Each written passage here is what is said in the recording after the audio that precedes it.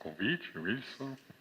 É um prazer estar aqui com vocês, até porque eu não sou da academia, mas sempre tive o sonho um dia de estudar também, de me tornar pesquisador. Hein? Bom, será para outra vida. Eu acho muito legal isso, porque no relacionamento da gente com a academia, a gente sempre sente necessidade justamente de ultrapassar essas barreiras, essas especificidades. Então, eu acho que é muito promissor, com certeza, esse movimento. Um parêntese, essa disposição de auditório deve dizer muito sobre o pensamento, sobre o direito dos fundadores e construtores disso, porque haja hierarquia e colocar o juiz numa altura até mais do que o Supremo hoje, em Brasília. Mas, enfim,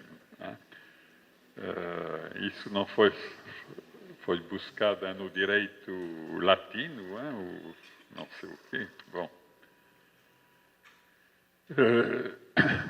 é um prazer estar com o Carlos Walter, tivemos muita conversa junto ao longo dos anos, e é claro que não vou entrar na seara dele, nos deu já um panorama para iniciar, e eu vou ser um pouco muito pragmático, até porque não é uma questão nova para nós, mas tratar ela como tema organizado, construído, eu acho que é uma novidade, é um ponto a mais para vocês isso.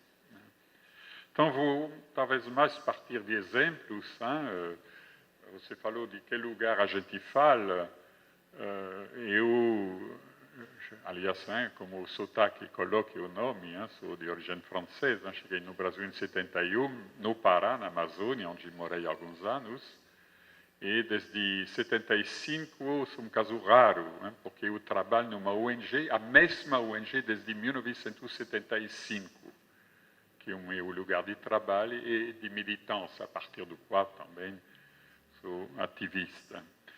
Então, nessa condição, um pouco do que eu falo. Também peço desculpa, mas a partir de mim, porque eu vou falar da reflexão, talvez, que eu faço a partir de alguma experiência minha.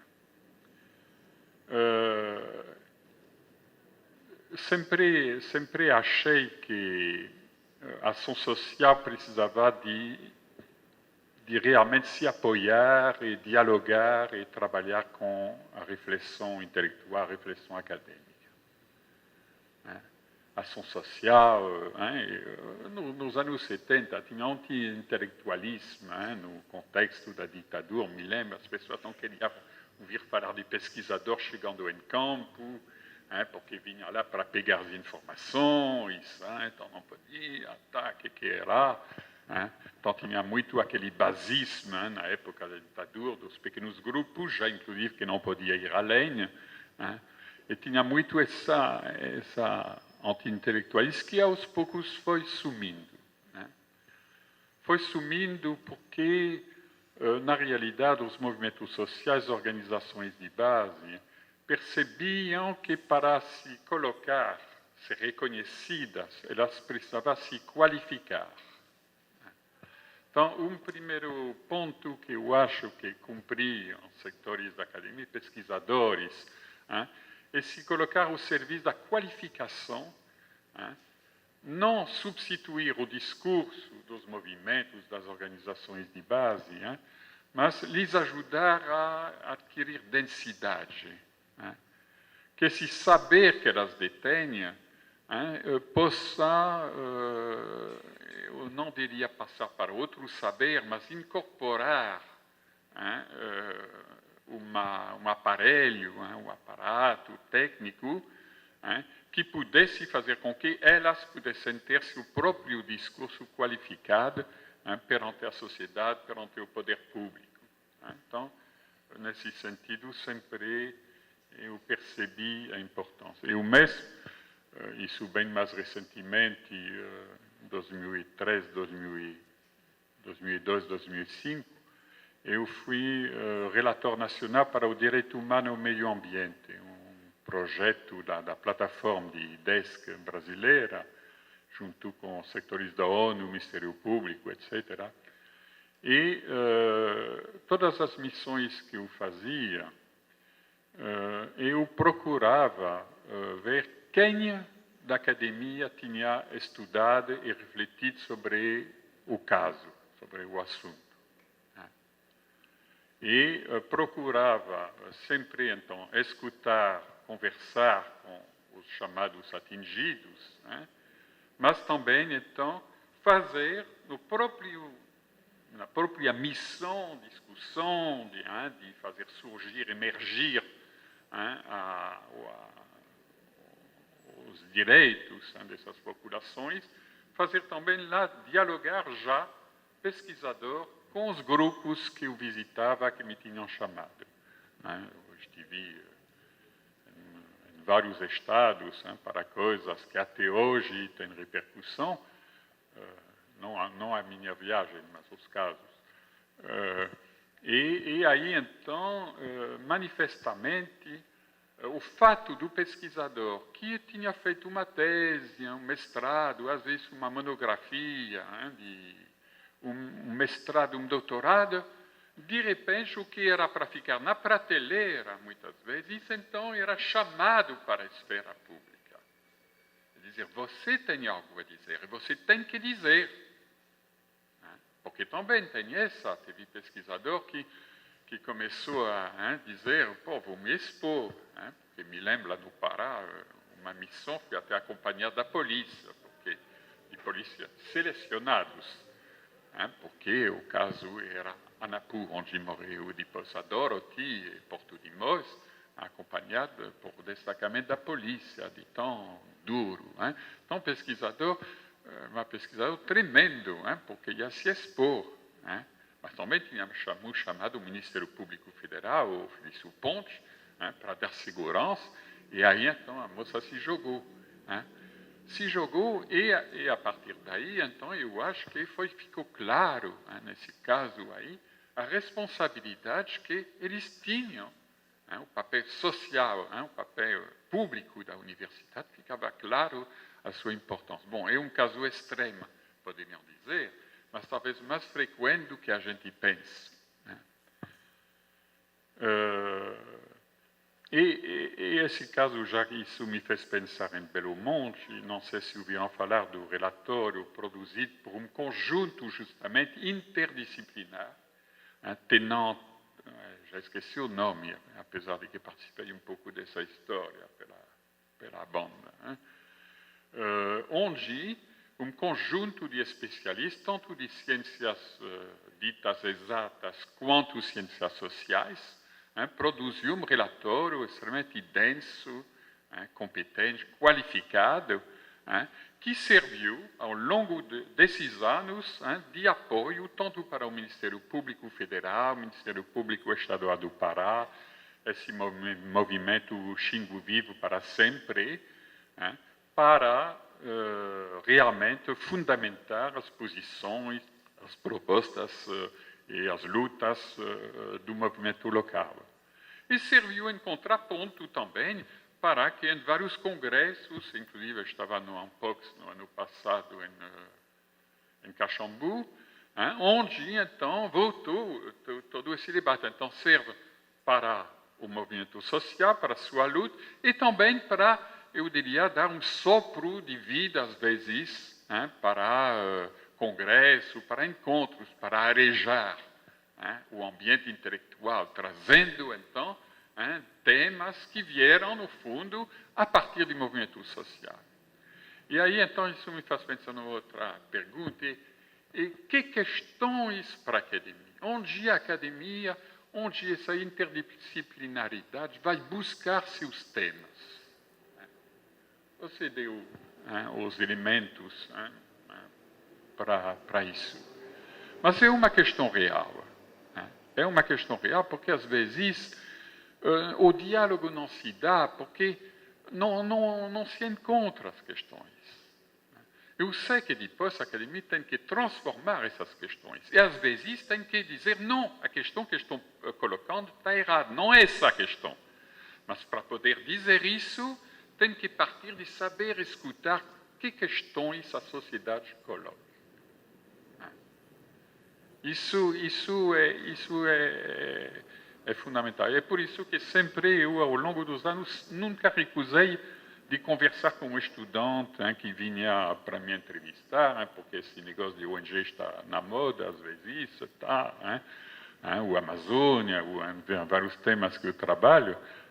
Eu nunca recusei, porque eu dizia, pô, é muito importante eles escutar, escutar outras vozes e ver como que a gente coloca as coisas. A partir daí, talvez isso vai ajudar eles a dar um chão, é por aí que posso ir.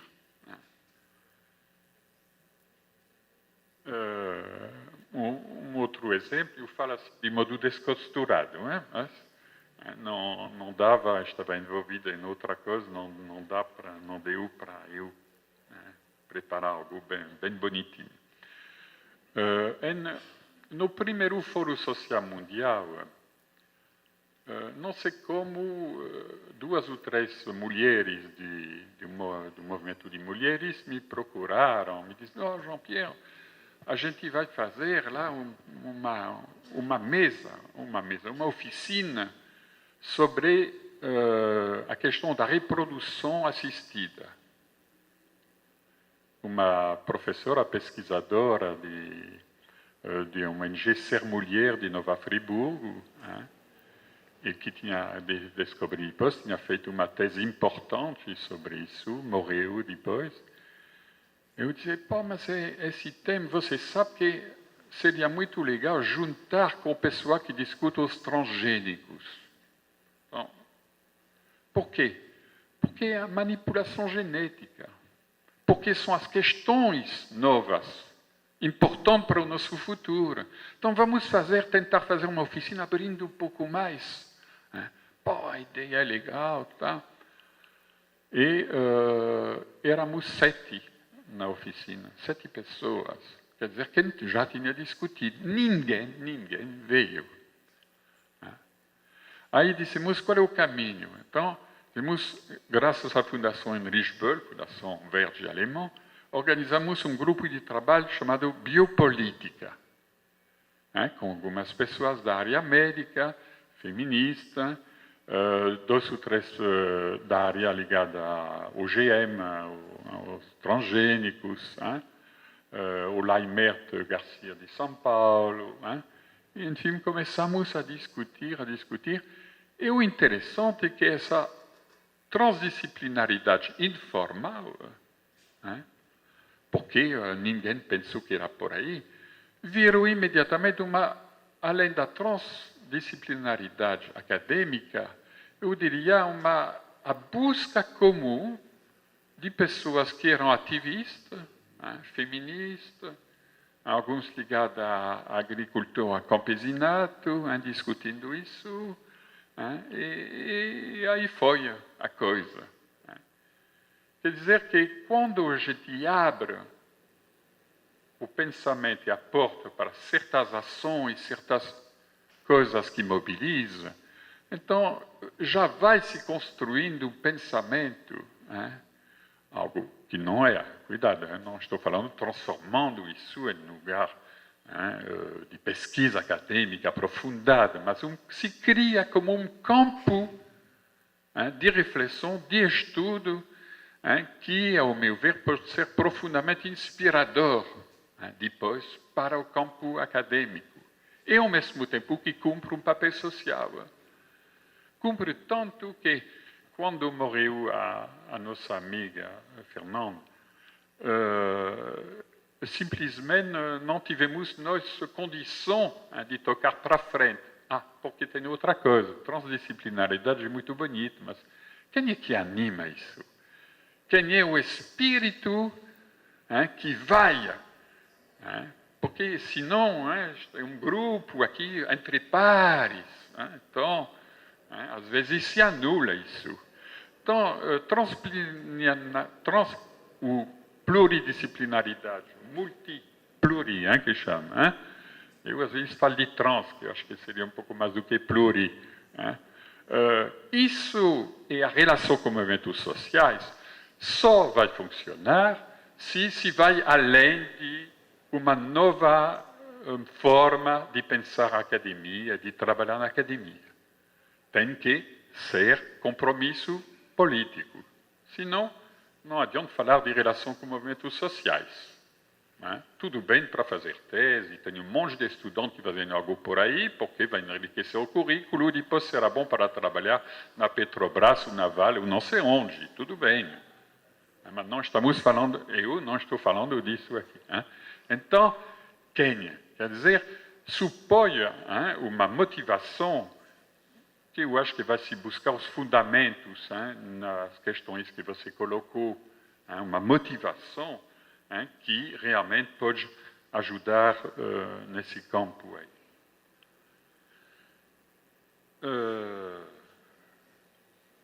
Sim, bom, a tentação é dar outros exemplos, mas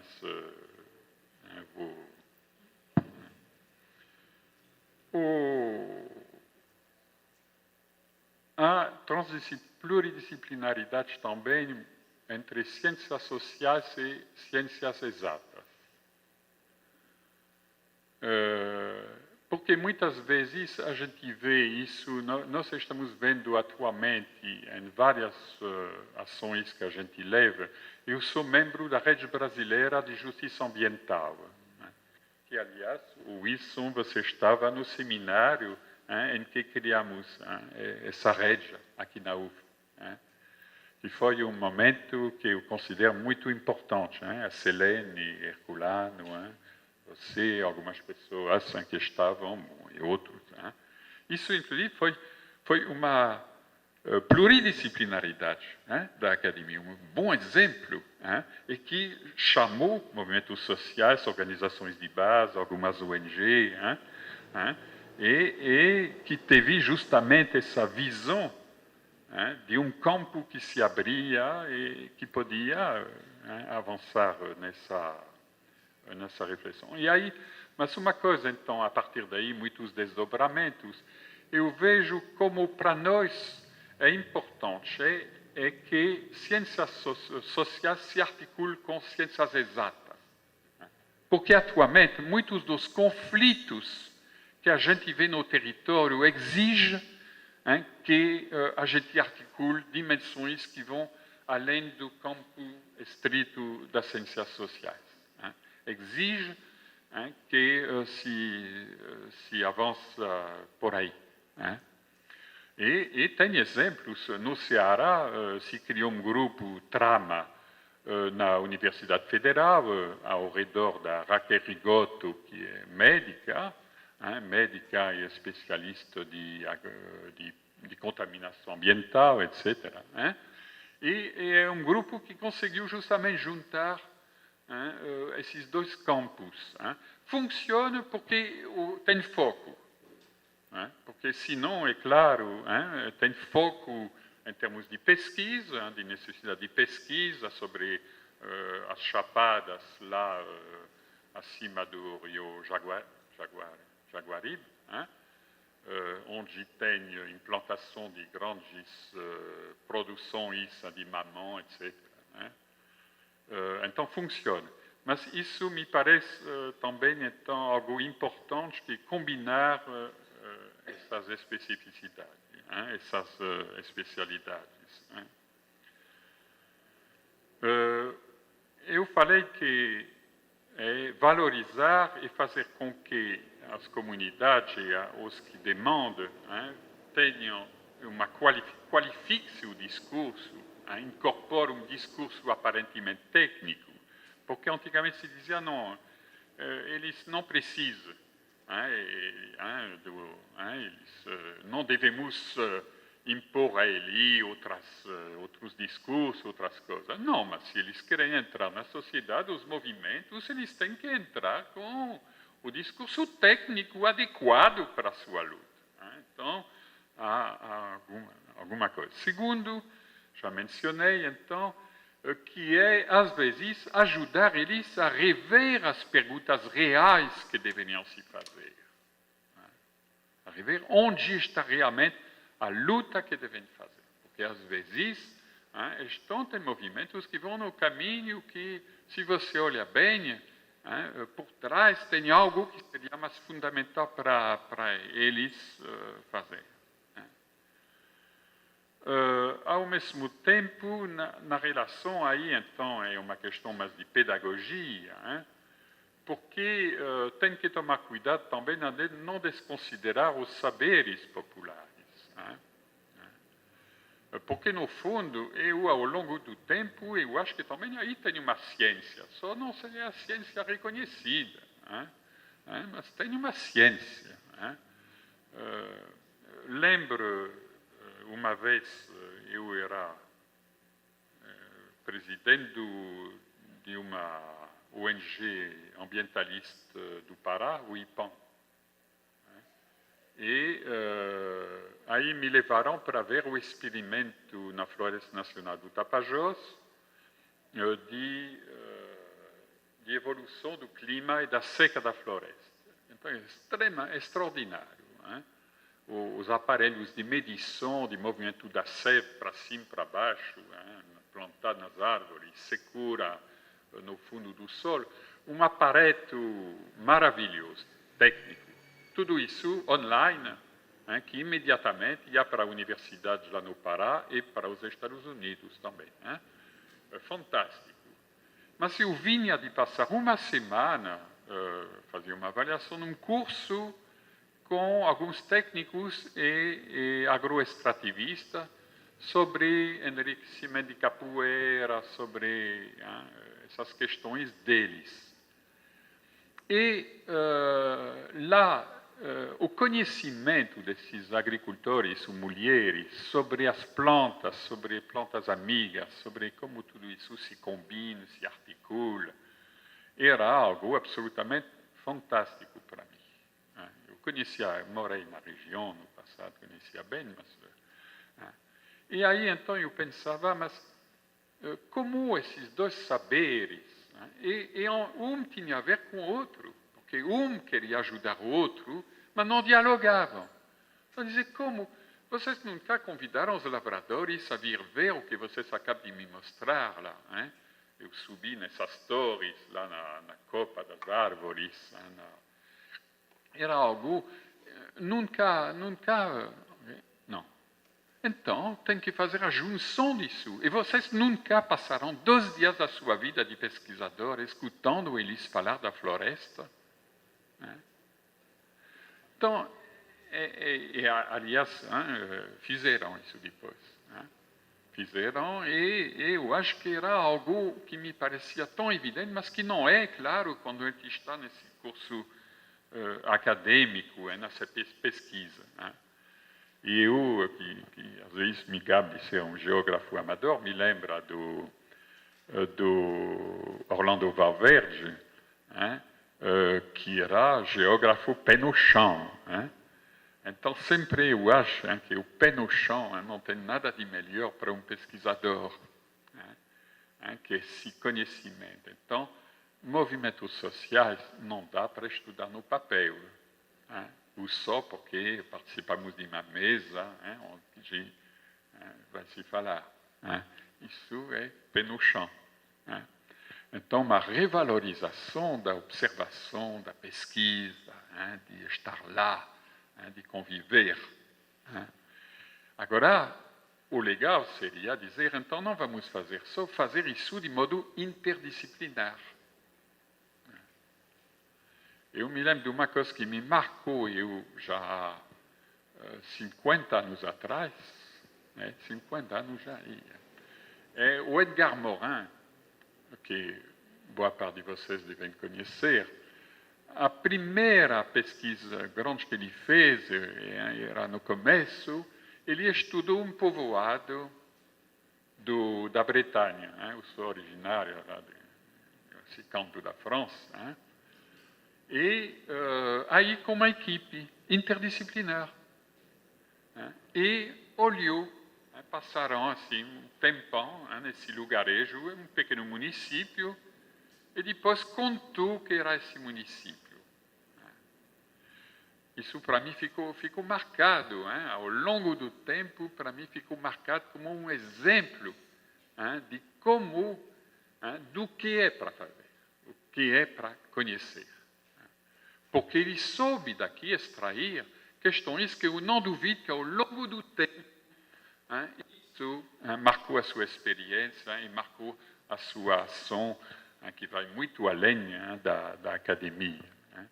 Um outro ponto, aí também me lembrando o que você falou, Carlos, você falou da diversidade e do direito à diferença. Uma das grandes questões que eu me confronto hoje e que eu gostaria de aprofundar é o balanço entre o que nos une nas lutas, na ação coletiva, para a mudança, e o que nos diferencia. E se essa diferença é para separar ou é para unir? Muitas vezes fico chateado com minhas colegas, amigas feministas, porque cada vez que tem alguma coisa mais importante, elas querem fazer a coisa delas à parte. Como me dizia uma feminista, uma expoente brasileira do movimento feminista, dizem que ainda a gente estamos ainda trabalhando sobre as nossas questões da emancipação da mulher e você já quer que a gente se interesse pelos OGM, pelos transgênicos. Então, eu dizia, sim, senhora, eu quero que já a gente discute juntos. Então, como cada um tem suas lutas, movimentos, e como podemos então articular isso em movimentos onde vamos juntos na mesma direção. Um lugar pluridisciplinar é fantástico para discutir isso. Para discutir diversidades assim, de setores sociais, de grupos, de movimento urbano, rural, um monte de coisas, e ao mesmo tempo, onde é que se encontra isso? É possível se encontrar. A noção de classe ainda faz sentido para tudo. Estamos trabalhando, talvez tenham ouvido falar, o mapa de conflitos que dizem respeito à injustiça ambiental e saúde, com a Fiocruz. E vamos agora lançar um livro que reflete sobre todos esses casos que até agora já estão no mapa. E uma das discussões que tivemos e que temos é essa. Peraí, quilombola, a questão etnia, raça, é predominante em relação à classe, ela se combina, não se combina, como é isso? Como se dá isso? Então, são questões que são muito quentes. Aqui, pesquisadores da Fiocruz em relação à TCA ThyssenKrupp, também, perseguidos criminalmente,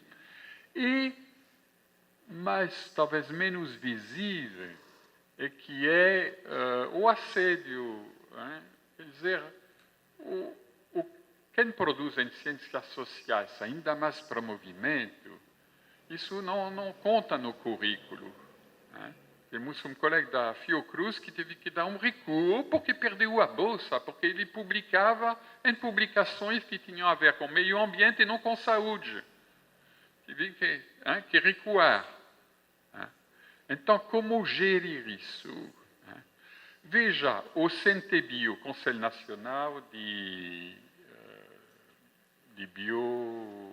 Biotecnologia, Biossegurança, ele só reconhece o pesquisador de ciências exatas, duras, e do campo dele.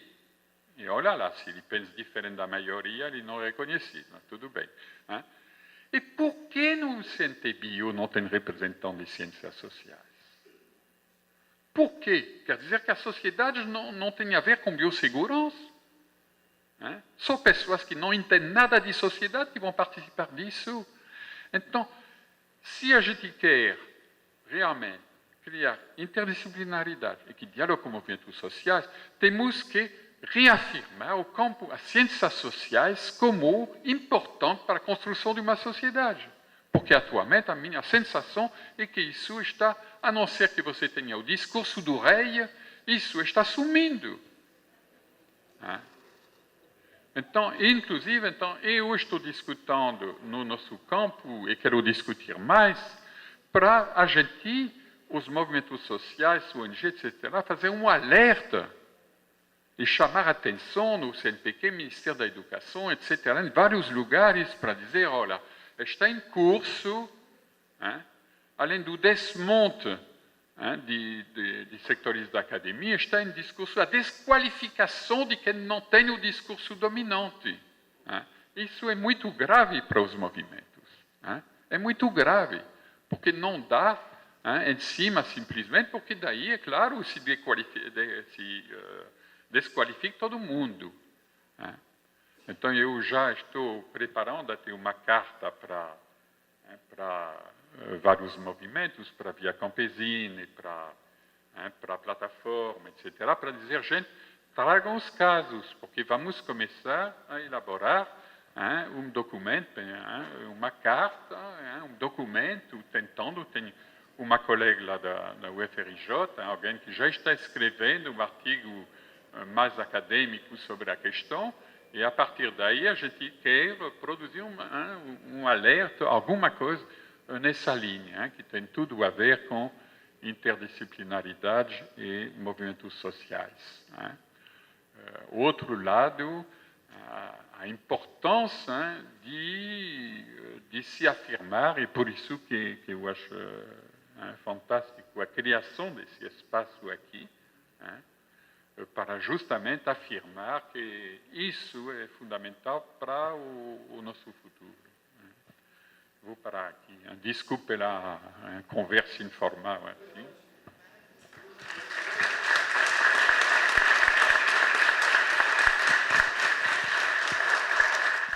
Bom dia a todos e a todas. Primeiramente, agradecer o convite feito pelo professor Wilson.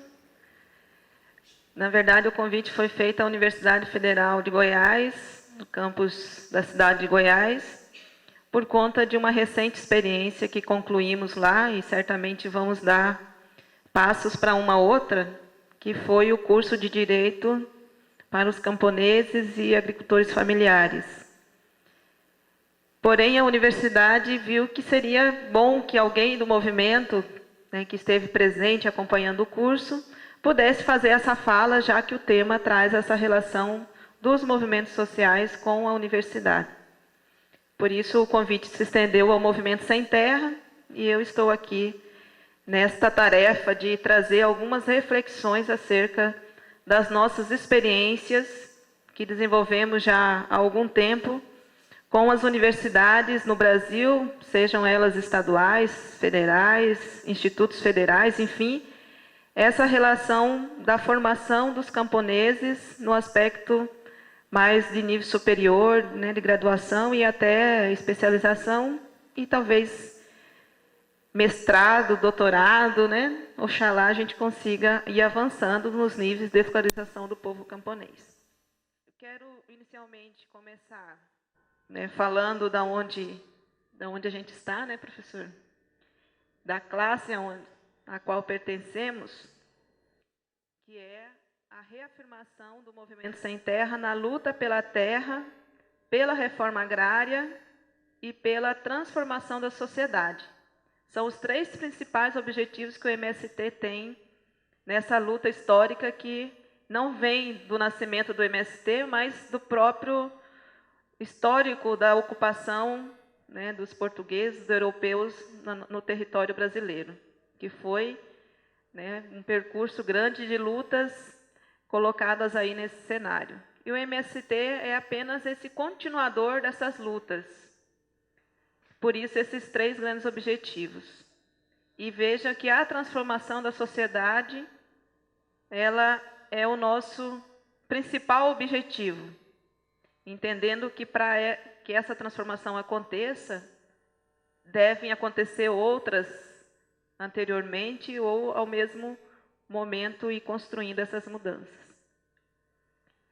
atualmente, no campo brasileiro, nós temos feito muitos enfrentamentos, né? Já foi dito aqui dos agrotóxicos, dos transgênicos, né? Que são enfrentamentos colocados principalmente nessa qualificação da tecnologia para atender o lado dominante.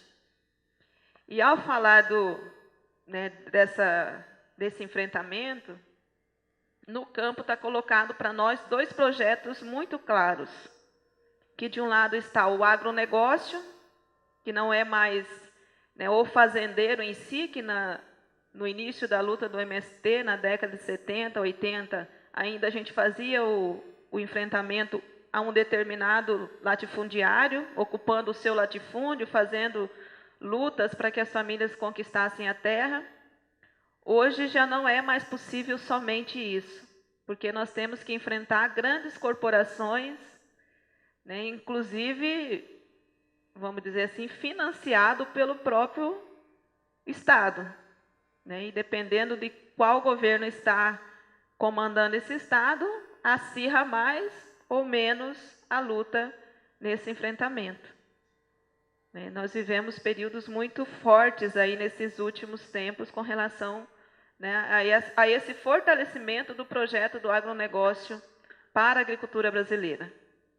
E o outro projeto que está colocado é o projeto da agricultura camponesa, aonde estamos sujeitos, trabalhadores, famílias que estão resistindo em seus lugares de vivência e de sobrevivência para poder, né, se organizar e fazer o contraponto, né? E a nossa grande discussão nesse projeto da agricultura camponesa é a produção agroecológica, né, a produção sem venenos, a produção em diversidade e não nas monoculturas, né, que o outro projeto considera melhor, mas, de fato, colocar alimento na mesa da população brasileira, que inclusive tem pesquisas que apontam que 70% da alimentação brasileira vem da produção familiar.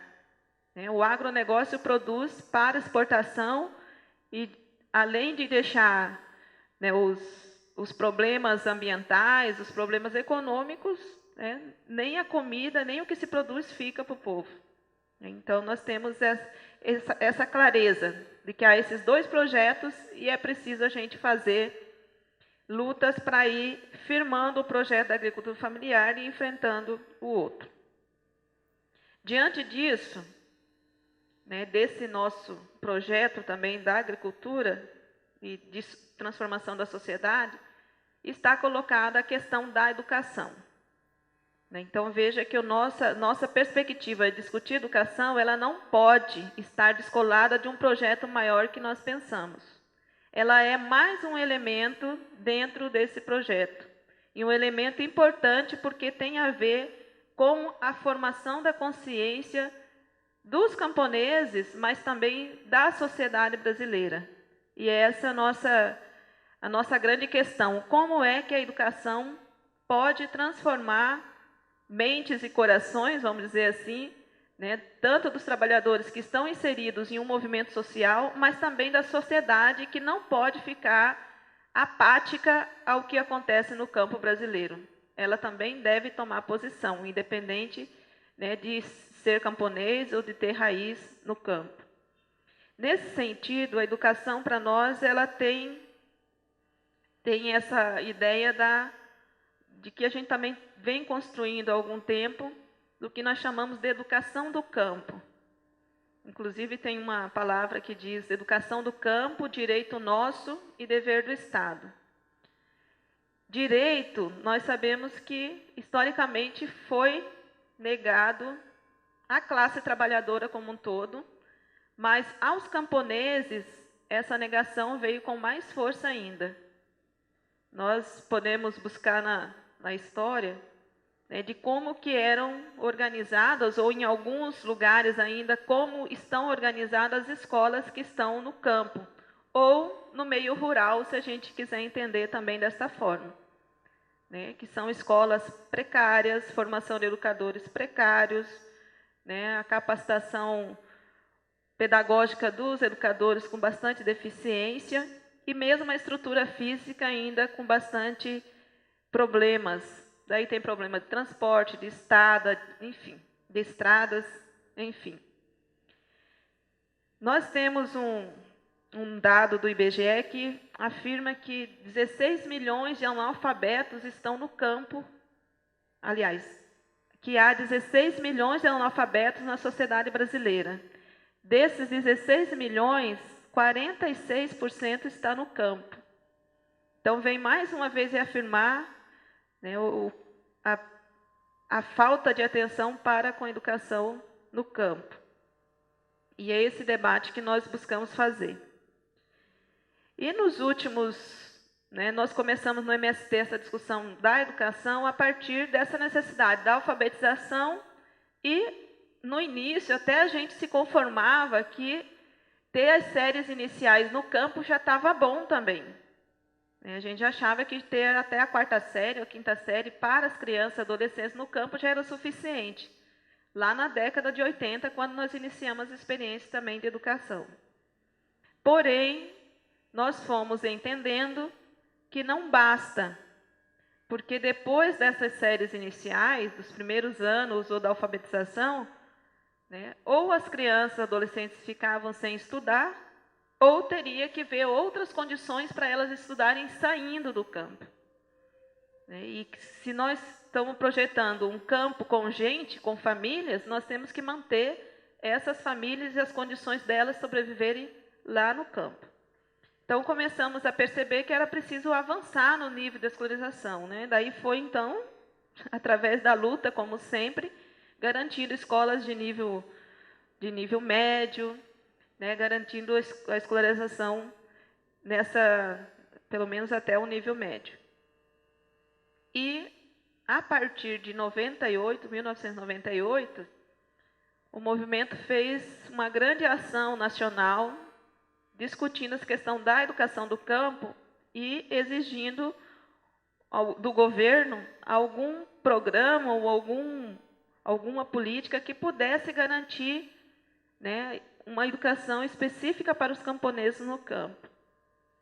Que nasce, então, o PRONERA, que é o Programa Nacional de Educação na Reforma Agrária. Muito específico, um programa bem específico para quem está assentado, né, quem está vinculado ao INCRA, porque o programa nasce dentro do Ministério do Desenvolvimento Agrário através do INCRA. Porém, é o programa que até hoje tem conseguido garantir, né, financiamento para termos turmas de graduação e pós-graduação dentro das universidades. De maneira que há até questionamentos de que o PRONERA não deveria ser um programa específico para a reforma agrária, deveria ser mais amplo. Nós também entendemos que todos os sujeitos camponeses, nessa diversidade que nós temos no Brasil, têm direito, mas nós também reconhecemos a necessidade específica, né, de ter um programa que trabalhe com os camponeses assentados.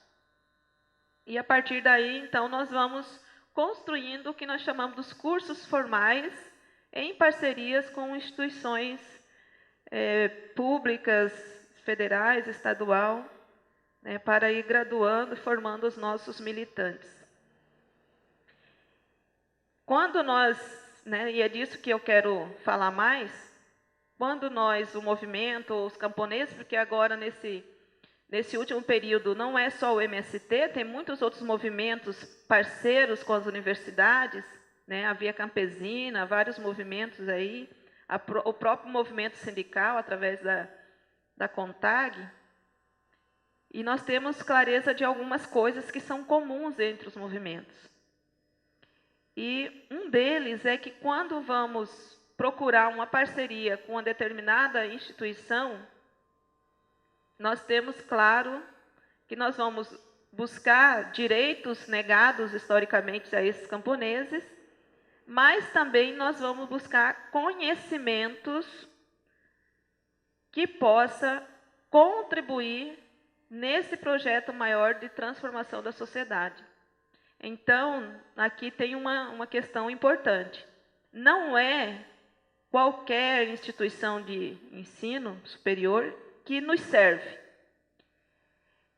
E aqui, sendo bem sincera, nós temos, né, acompanhado algumas instituições de ensino que, historicamente, não contribuiu com a organização social, não contribuiu com a formação, né, de pessoas para a sociedade nesse, vamos dizer assim, nesse pensamento libertário, e essa, a princípio, né, está fora da lista de procura dos movimentos sociais, ou pelo menos do MST, né? Então, sempre a gente tem pessoas, né, normalmente não é a instituição em si, mas pessoas que têm clareza política, né, que têm essa contribuição já histórica para o desenvolvimento das lutas sociais, e com certeza essas serão procuradas, porque é esse conhecimento que nós queremos, que já foi dito aqui. Nós temos que buscar a qualificação, porém, não é simplesmente a qualificação técnica pela técnica. Se não tiver um cunho político, social, transformador, não nos serve. Não adianta, né, já tivemos experiência de que a universidade trouxe o projeto pronto e apresentou ao movimento. Nós dissemos não, porque não é daquela forma que as coisas, né, devem acontecer, como se aqui estamos oferecendo para vocês aquilo que vocês nunca tiveram, né? Mas dependendo da instituição, a gente já negou algumas parcerias nesse sentido. Então, os cursos de graduação, especialmente, eles devem formar a consciência, né, para essa transformação social que nós buscamos. E o jeito de funcionar do próprio movimento, né, ele também tem muito a contribuir nessa formação. Então, aqui nós podemos dizer que há os dois lados nessa relação. A universidade com seu conhecimento, né, através dos seus educadores, né, do seu processo histórico também, e os movimentos sociais também têm uma parte que é a obrigação de fazer, né, que é de acompanhar esse estudante, de inserir esse estudante nas tarefas políticas, tarefas práticas, porque nós acreditamos que não basta a teoria, né? Como Paulo Freire já nos dizia, o seu pensamento fica também para nós, se não houver a praxis, né, não nos serve. Então, essa relação teoria, prática, teoria e assim por diante, né? A reflexão sobre a prática que nós vamos conseguir, de fato, ter ou ir construindo essa mudança, primeiro nas pessoas, depois na sociedade. Então, isso tem a ver também com o currículo, né, de cada curso, com a metodologia, com o acompanhamento político-pedagógico, né, tanto da universidade quanto do movimento, enfim. Nós temos desenvolvido muitas experiências nesse sentido, né, em várias áreas do conhecimento. Iniciamos com cursos de pedagogia da terra, que eu acho que é mais conhecido entre todos, e já temos cursos de linguagens, já temos cursos de artes, né, cursos de comunicação, jornalismo, e temos de agronomia, né, de agroecologia, e eu quero falar um pouquinho mais, né, nessa relação universidade e movimentos sociais a partir da primeira turma de Direito, então, que eu falei inicialmente, que concluiu agora no dia 11 de agosto, na cidade de Goiás, campus da UFG de lá. Até dizia assim que, só para a gente entender, nós começamos falando de de dois projetos em disputa, o agronegócio e a agricultura familiar. Para nós, ter uma primeira turma do curso de Direito na cidade de Goiás representa vamos dizer assim, uma ação que cutucou o agronegócio do estado de Goiás e do Brasil. Porque a cidade de Goiás é o berço do latifúndio no estado de Goiás, na região centro-oeste, né, e no Brasil como um todo, porque isso é questão de classe também para eles. Onde mexeu com um deles, mexeu com todos, assim como para nós. Mexeu com os trabalhadores, mexeu com, né, com todos os trabalhadores. Então, nós conseguimos, né, iniciar, em parceria com a Universidade Federal, essa turma lá no estado de Goiás. Houve uma repercussão muito grande. No mesmo período que começou a turma de Direito lá no estado de Goiás, começou também uma turma de Pedagogia. Porém, a turma de Direito era uma ameaça aos interesses da burguesia daquele estado, especialmente.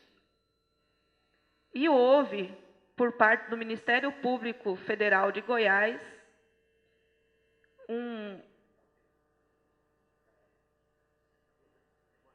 Isso é a história do Demóstenes do Cachoeira.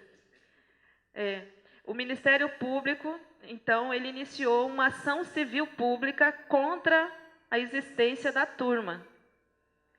E no processo inicial dessa ação civil pública, eles diziam assim, pedagogia até a gente entende que o campo precise, né? Formar professores, né?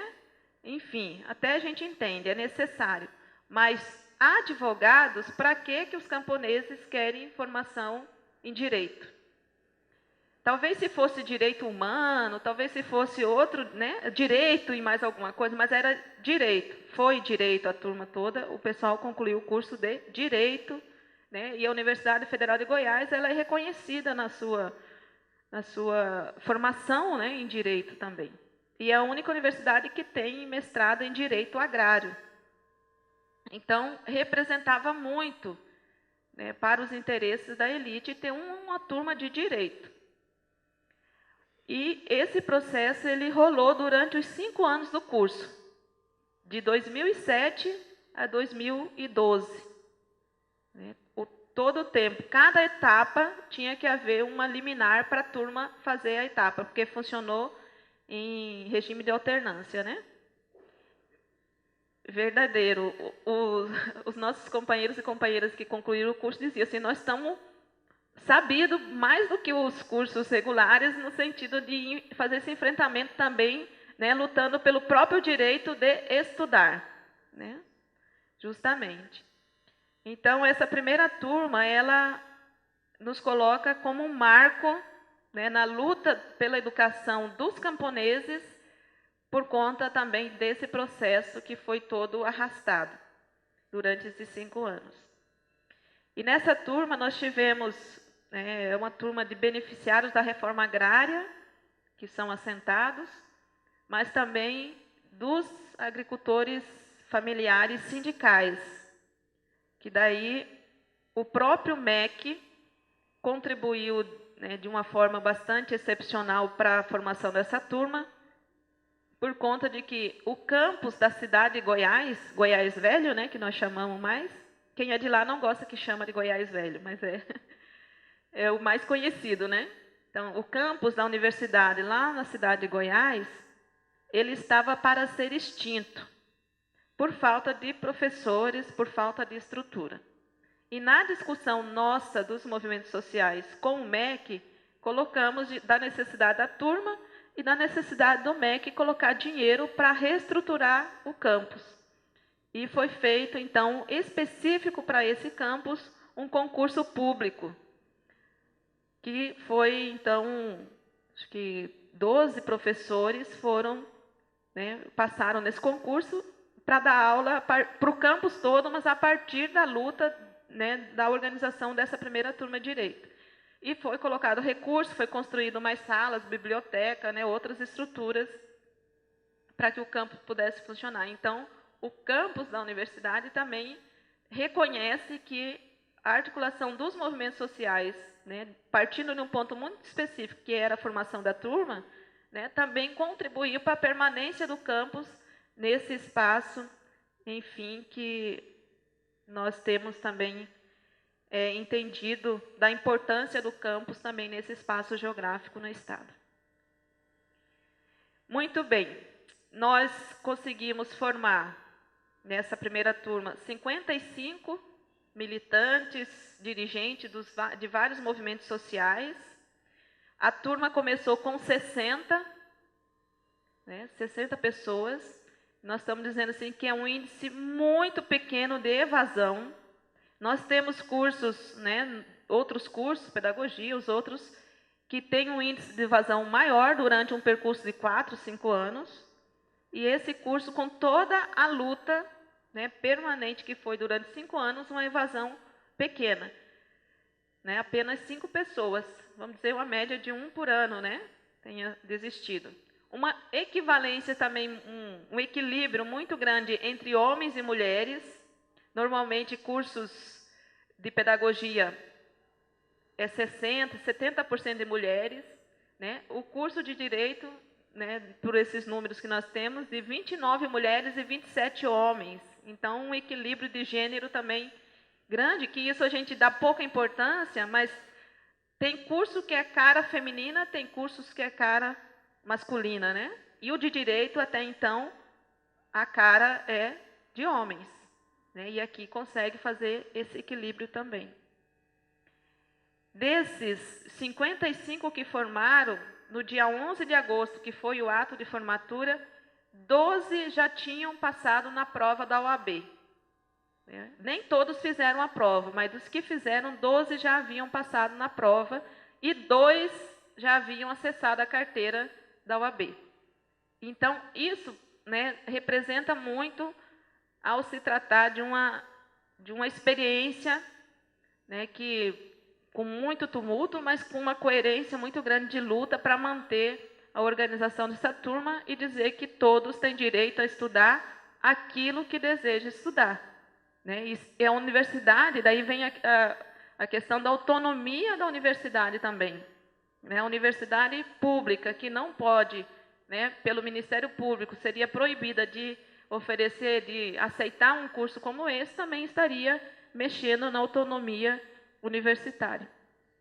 Então, nós reconhecemos que a Universidade Federal de Goiás, né, através da reitoria, teve um papel importantíssimo de não recuar diante de um processo desse provocado pelo Ministério Público. Agora, no dia 24 de agosto, né, depois já da formatura, houve então o julgamento do processo, né, da ação civil pública. E simplesmente o processo foi extinto, porque não tinha mais fundamento manter a continuidade dele.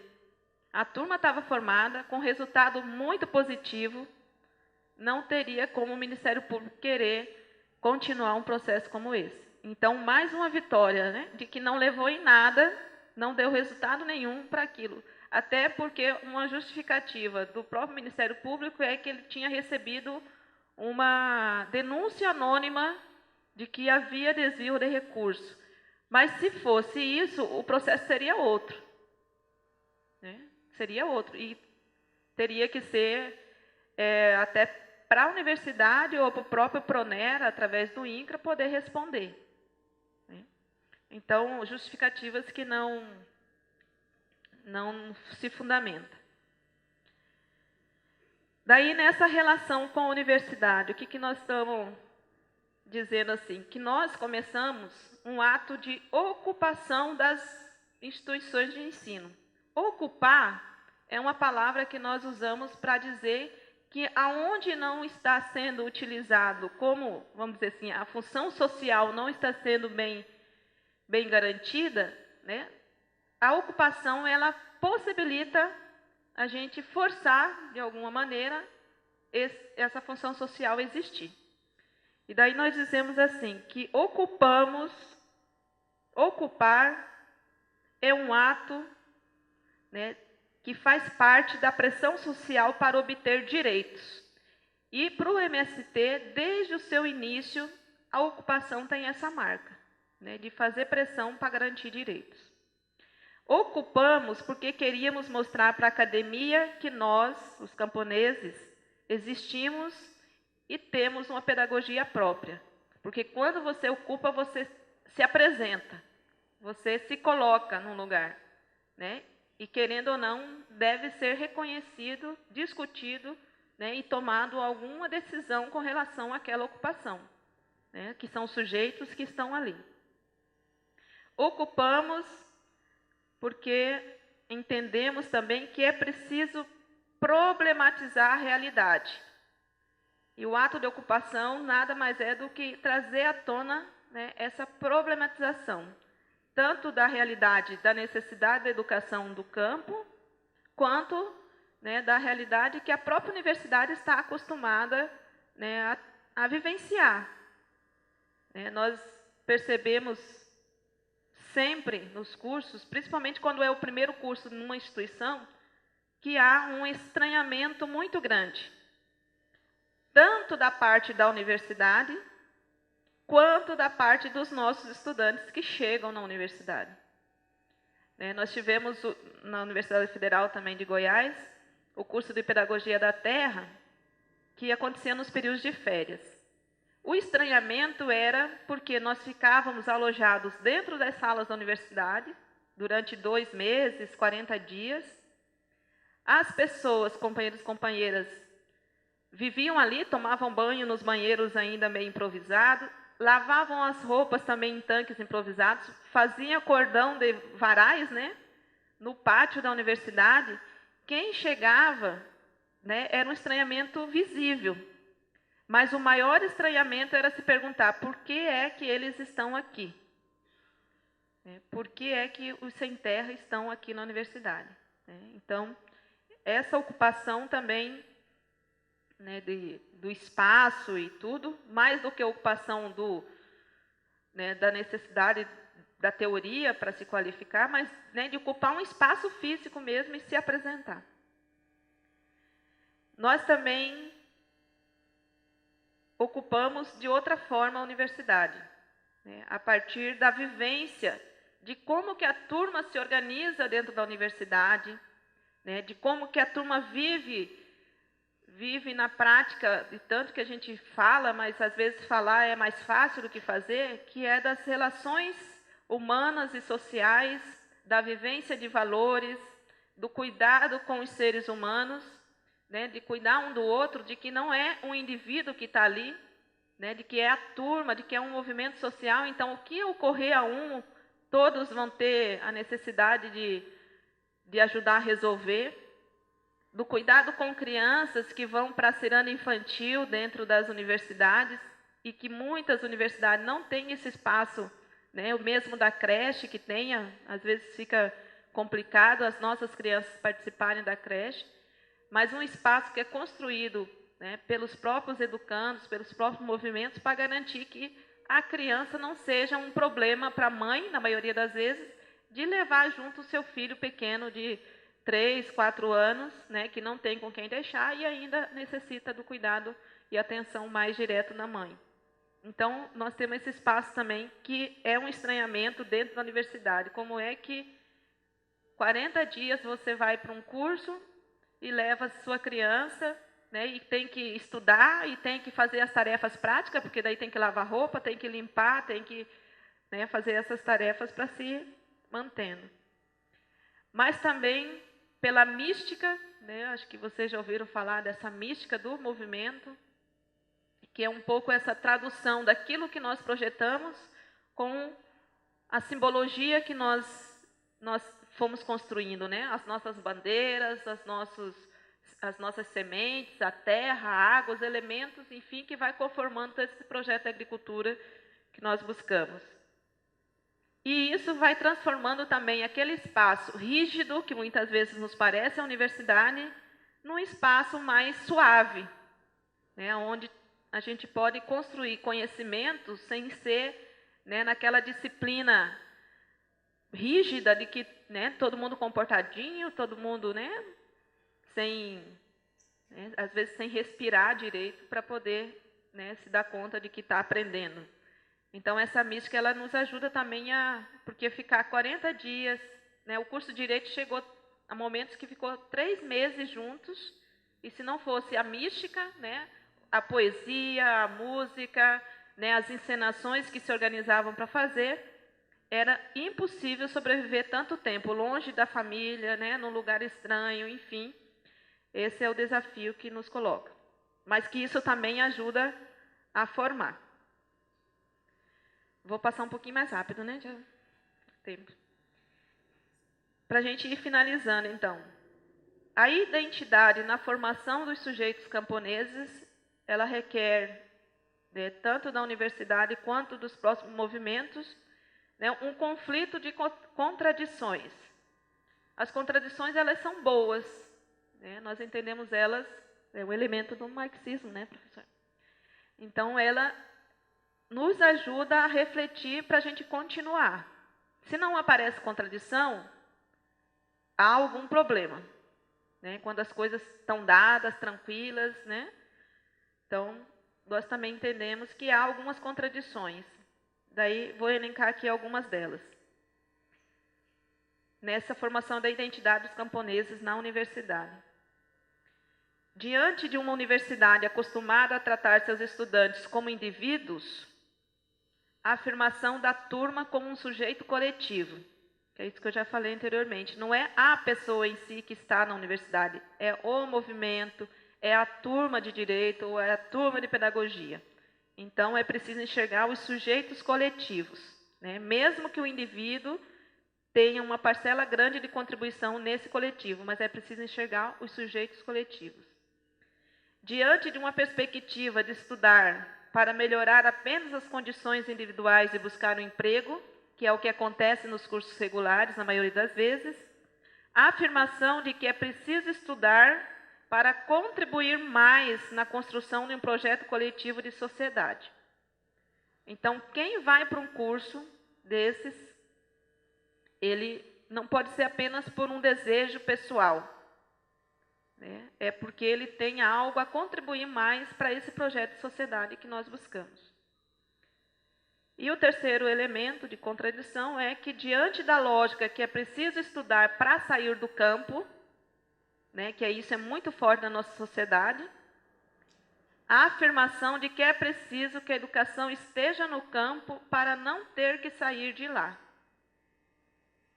Essa é uma visão muito grande que ainda permanece, mas a gente tem conseguido dar vamos dizer assim, uma amenizada nessa situação com relação a esses cursos, né? De sair para estudar e de lá já fica fora do campo, né? Mas sim de ter a possibilidade de estudar para contribuir melhor nesse projeto camponês, né? E morando, vivendo no campo.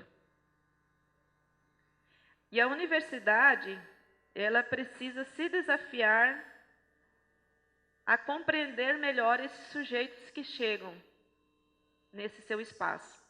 Assim como os movimentos sociais também precisam se desafiar a entender que o tempo que o seu estudante militante está num curso como esse, ele tem obrigações, responsabilidades para com a universidade, né? Então, aqui são duas questões que um depende do outro.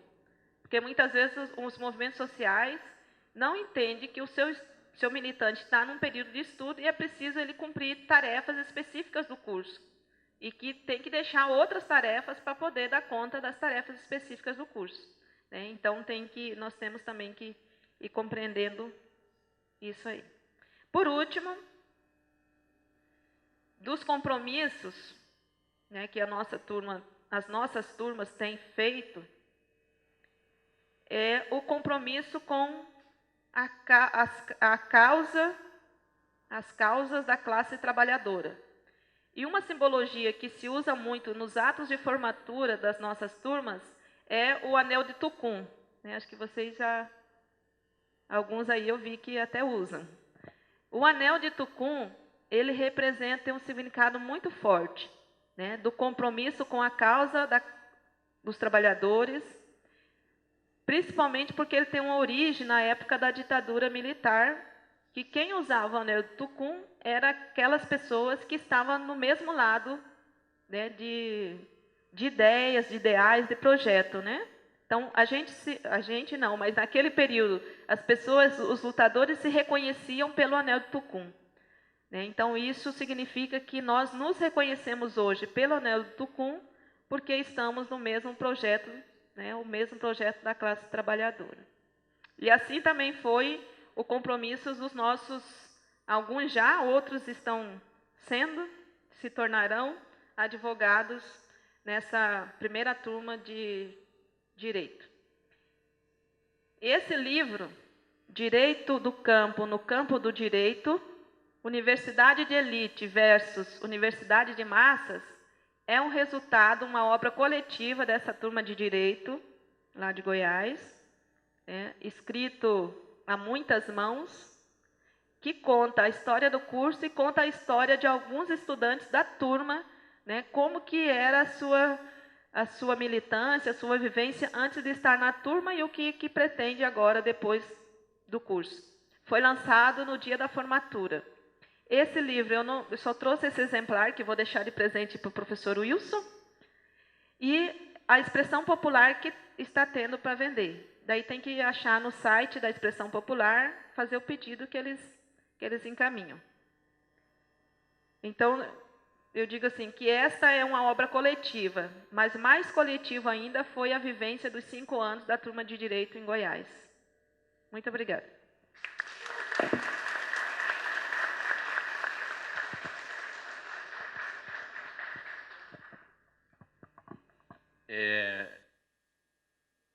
Para mim é um prazer tremendo ter recebido, estarmos aqui com os 3 convidados, porque expresso muito da trajetória, não só da interdisciplinaridade, mas de uma trajetória institucional, no caso aqui da Faculdade de Direito e do curso da pós-graduação, mestrado, doutorado em Sociologia e Direito. Porque quando a gente começou esse curso, nós éramos proibidos de dar aula nesse prédio. Porque foi considerado algo muito estranho, né? Então,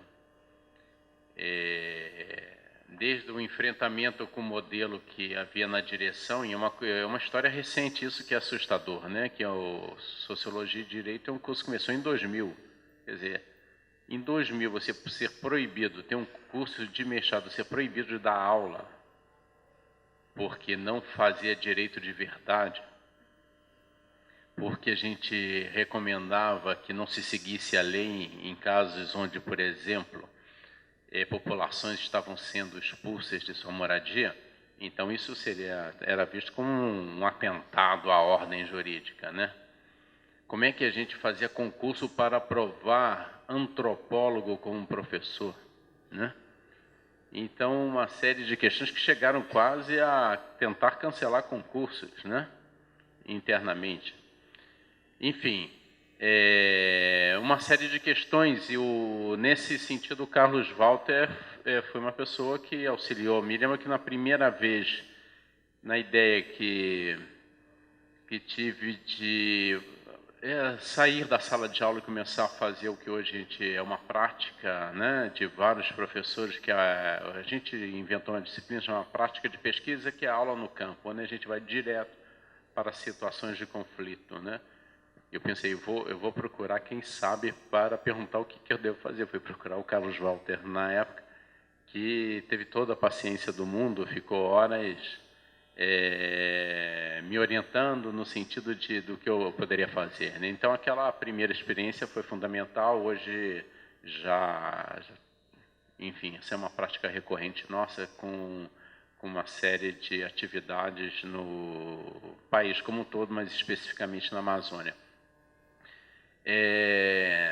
Então, essa prática, né, que a gente tem alunos nossos que participam ativamente da rede nacional de advogadas e advogados populares, e, por sua vez, né, alguns desses alunos acabaram sendo aprovados no concurso da Federal de Goiás, e é uma iniciativa, então, que a gente fica muito feliz, a gente acompanhou através da Érica, do Cleuton, especificamente, o desdobramento desse trabalho que nos pareceu exemplar, né? Algo que merece ser replicado no país como um todo.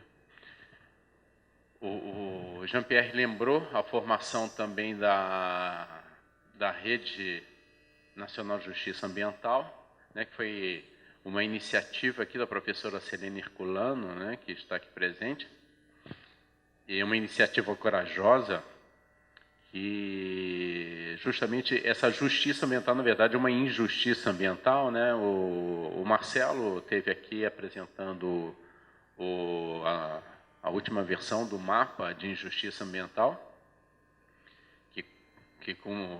como eu falei, foi iniciativa da primeira versão da professora Celene Herculano, junto com o professor Henri Axelrod, e que hoje já tem uma versão muito mais ampla, mas que pode ser acessada pelo site, ou seja, é um mapeamento, uma cartografia do conflito no país, né?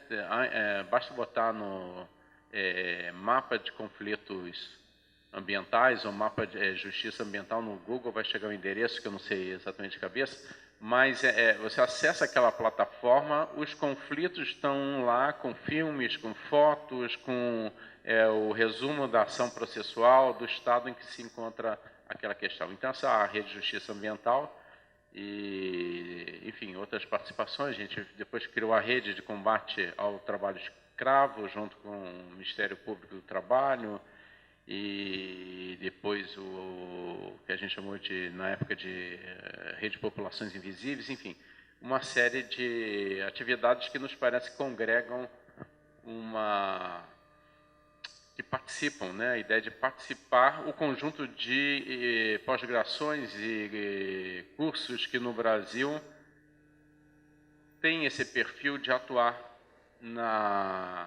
junto com os movimentos sociais, né?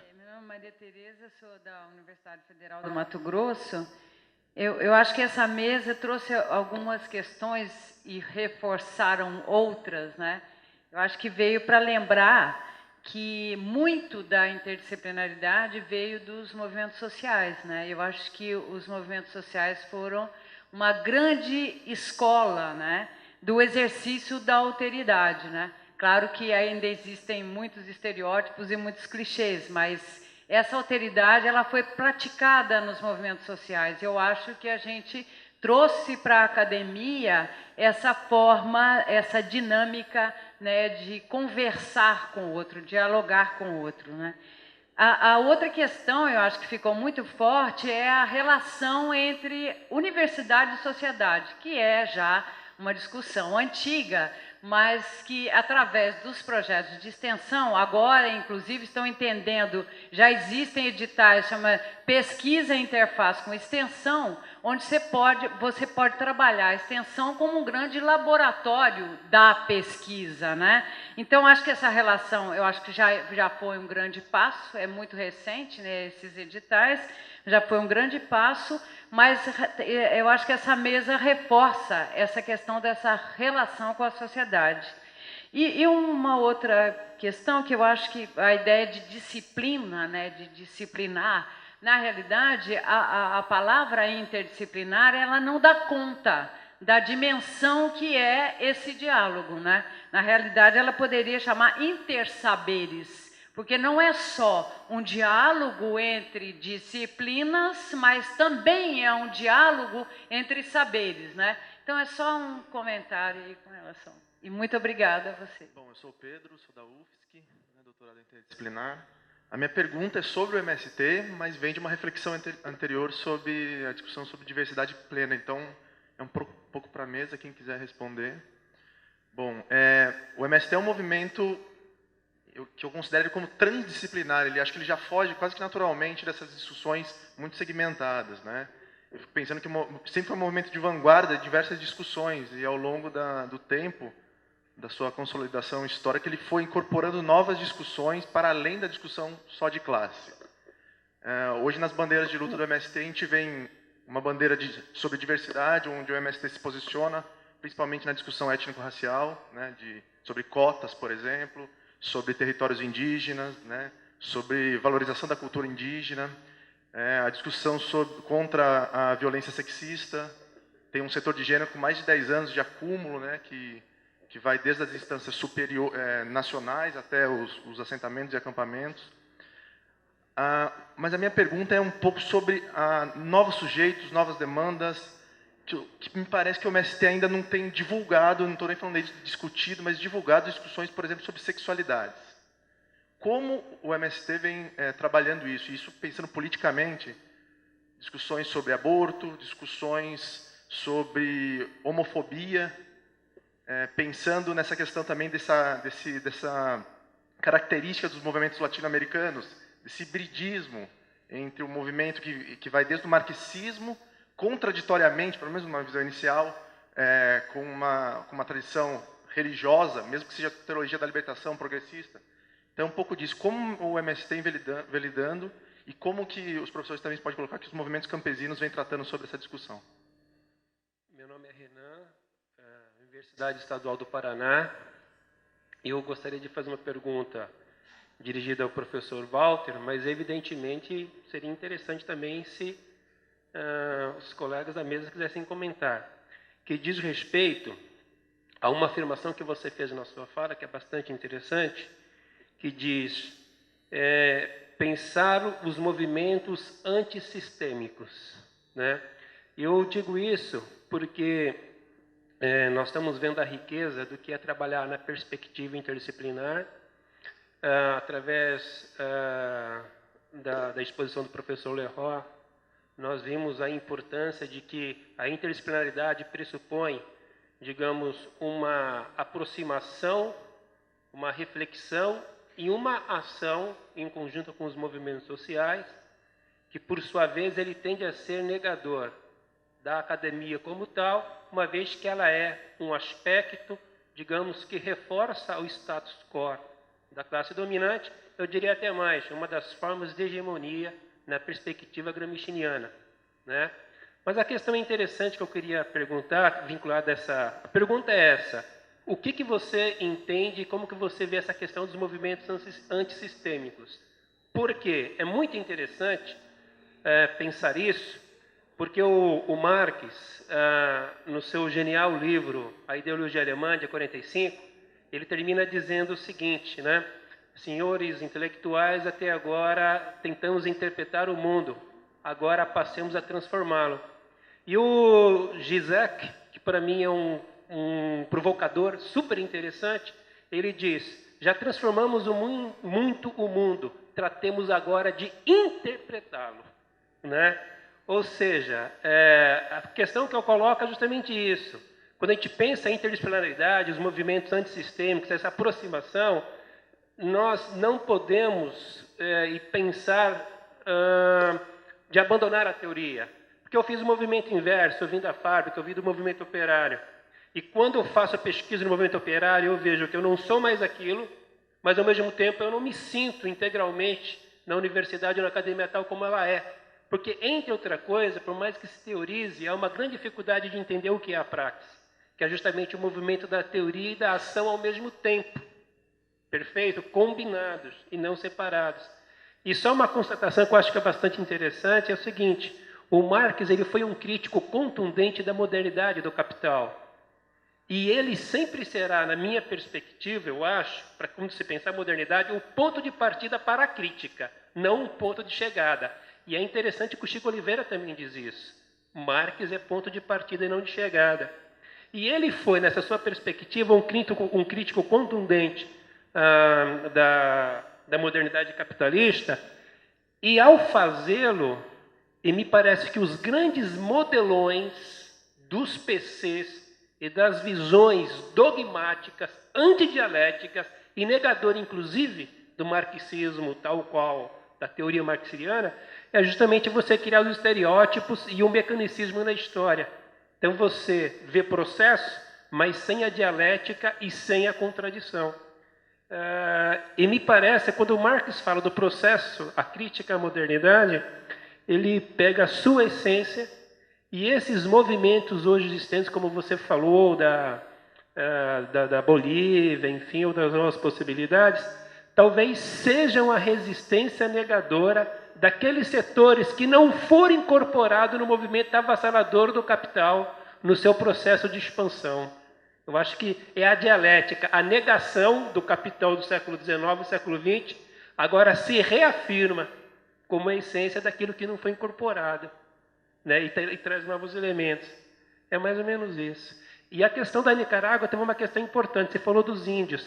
Teve também a brigada Simão Bolívar, que, por discordar dos sandinistas, foram entregues ao comandante Zero em Honduras, e todos foram aniquilados. Se lá em Goiás existe, lá na sua realidade no MST, alguma iniciativa no sentido de arranjos produtivos locais, e se você já ouviu,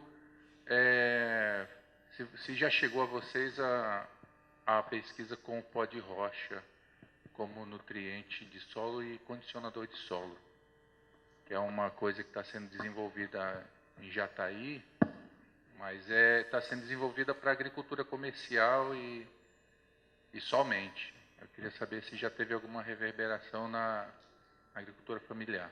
Vou partir então da questão que o Renan me provocou mais diretamente, né? E eu penso que ela pode ser um mote para a gente desencadear, dialogando com as outras questões, né? Eu identifiquei de onde eu tirava essa discussão sobre a crise do pensamento emancipatório, né? E a importância da gente pensar os movimentos antissistêmicos, né? E eu disse que a minha referência era o Wallenstein, Immanuel Wallenstein, um livro dele em espanhol chamado História e Dilemas dos Movimentos Antissistêmicos, que eu acho que vale a pena, se for o caso, como não tem digital, eu poderia xerocar e distribuir, porque eu acho que é extremamente importante essa reflexão E exatamente, como eu sinalizei, né, como o Wallenstein é um americano que estudou na França, né, e estudou lá com o Brodel, né, então ele acaba fazendo uma coisa pouco comum, né, porque, por exemplo, toda a discussão sobre, por exemplo, quando o Wallenstein fala, por exemplo, o capitalismo está em fase terminal, né, como eu disse, na linguagem marxista, vamos tomar o poder, né. Para um brodeliano, né, isso significa dizer que abriu-se um processo de larga duração de transformação. É como se fosse um processo de bifurcação histórica, para usar a linguagem do Prigogine, né, um processo de bifurcação histórica, que é um processo também de larga duração, né, que nesse sentido é um processo extremamente complexo, dinâmico, onde você está tendo, por exemplo, tem um texto do Altvater, chamado O Fim do Capitalismo Tal Como Nós o Conhecemos. O título é ótimo, só o título já dá... Se não lê, mas o título já dá uma conversa boa. Quer dizer, a gente tem uma leitura do capitalismo, ele fala o fim do capitalismo tal como... Alguém aqui duvida que o capitalismo pode ser reerguido com o Partido Comunista? Ou alguém vai dizer que a China é capitalista porque o Partido Comunista resolveu se converter ao capitalismo? Ou a gente não fez a leitura do capitalismo tal como devêssemos ter feito?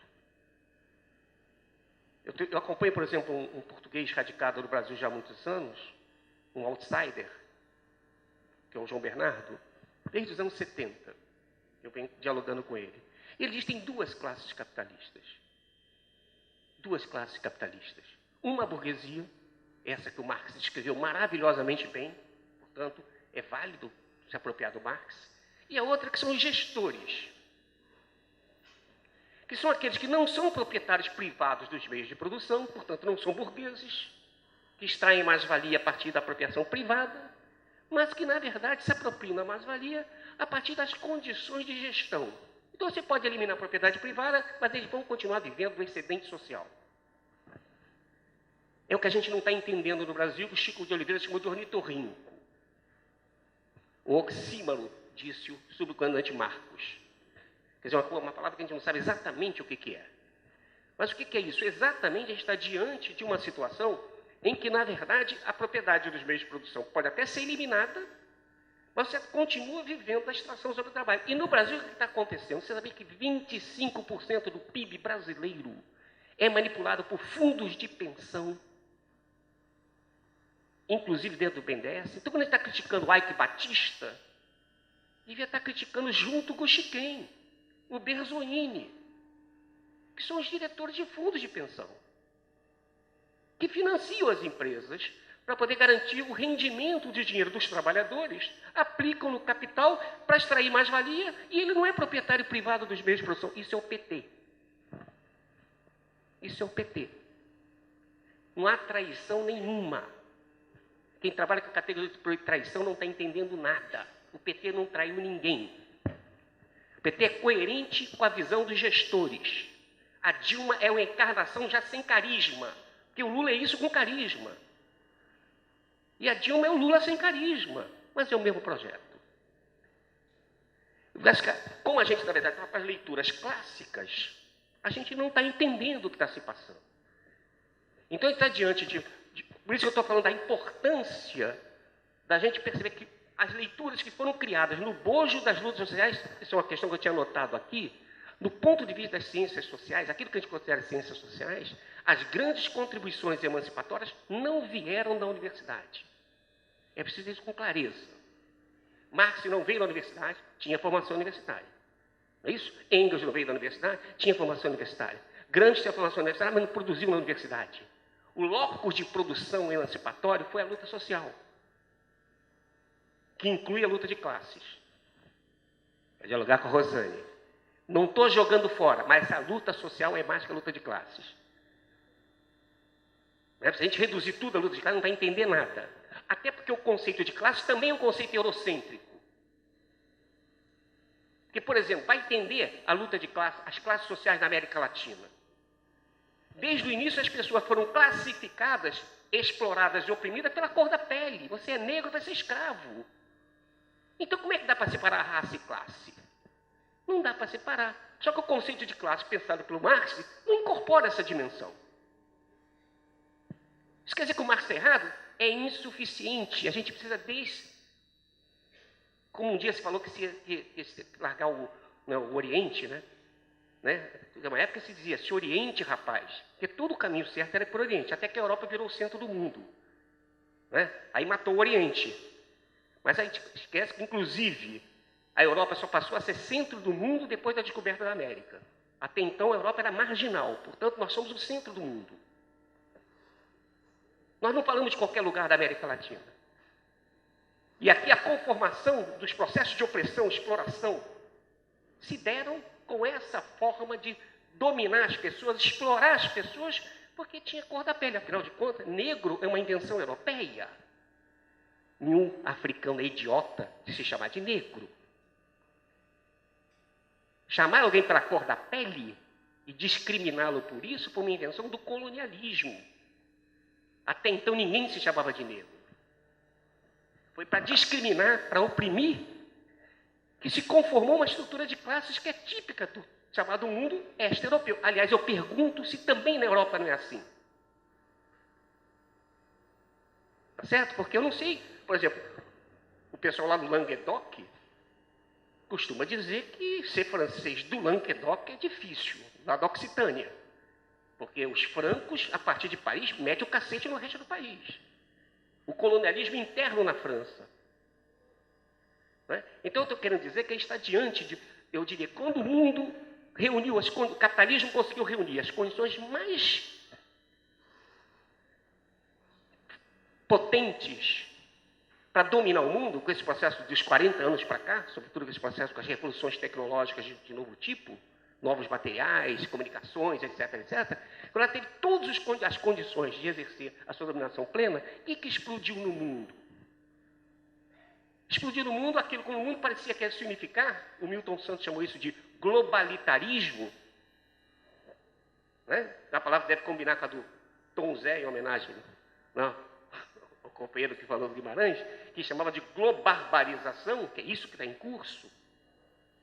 Isso é preciso, talvez os poetas consigam falar isso com mais clareza do que nós. Não é? Pois bem, quando isso parecia ter unificado o mundo, com esse globalitarismo, o que explodiu no mundo? A discussão da diversidade. Não é? Porque a luta não é só contra o capitalismo, é também contra o colonialismo, ou seja, a colonialidade, a presunção universalista na qual a ciência está implicada. A ciência eurocêntrica está implicada. E, sobretudo, depois de Hiroshima e Nagasaki, ninguém me parece que pode continuar com a ingenuidade de achar que a ciência, por si mesma, ela é emancipatória. Hiroshima e Nagasaki mostrou que a ciência pode estar a serviço da dominação, da opressão. Se alguém tinha dúvida, acabou em 45. É isso? Portanto, não dá mais. Isso abre a discussão da ciência e o processo de transformação, do conhecimento e o processo de transformação. E agora, o mundo, como disse a colega, a Tereza que levantou a questão do diálogo de saberes, isso é uma expressão que eu tenho insistido muito, junto com um grande amigo meu, que vocês conhecem, chamado Henrique Leff, né, que talvez seja um dos mais importantes epistemólogos contemporâneos, formado em química.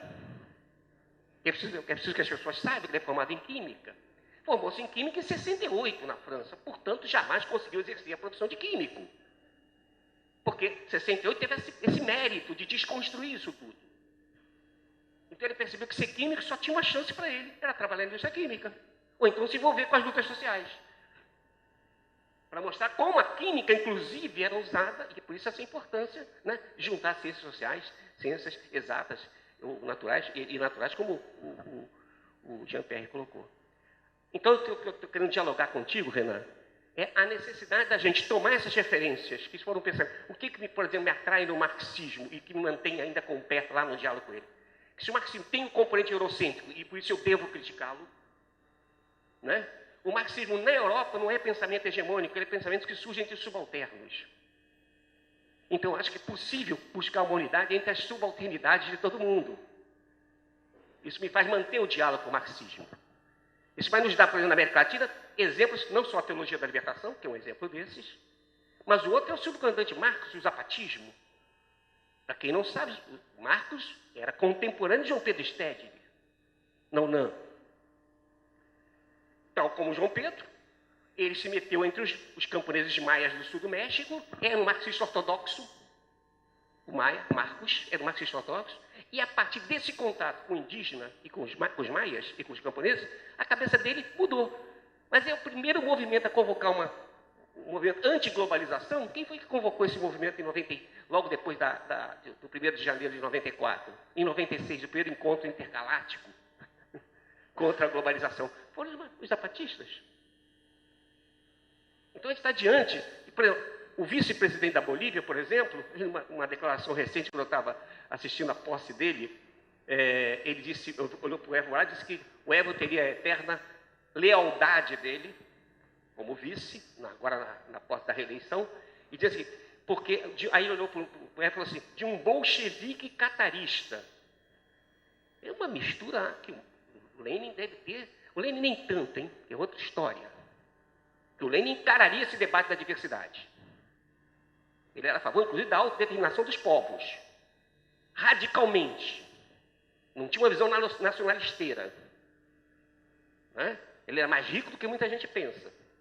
Né? Sem tentar fazer, eu digo, eu provoco os meus amigos, não dá para ser leninista, não dá para ser marxista. E, nesse sentido, eu sou mais ousado. Me desculpa. Eu quero ser como Marx e como Lenin.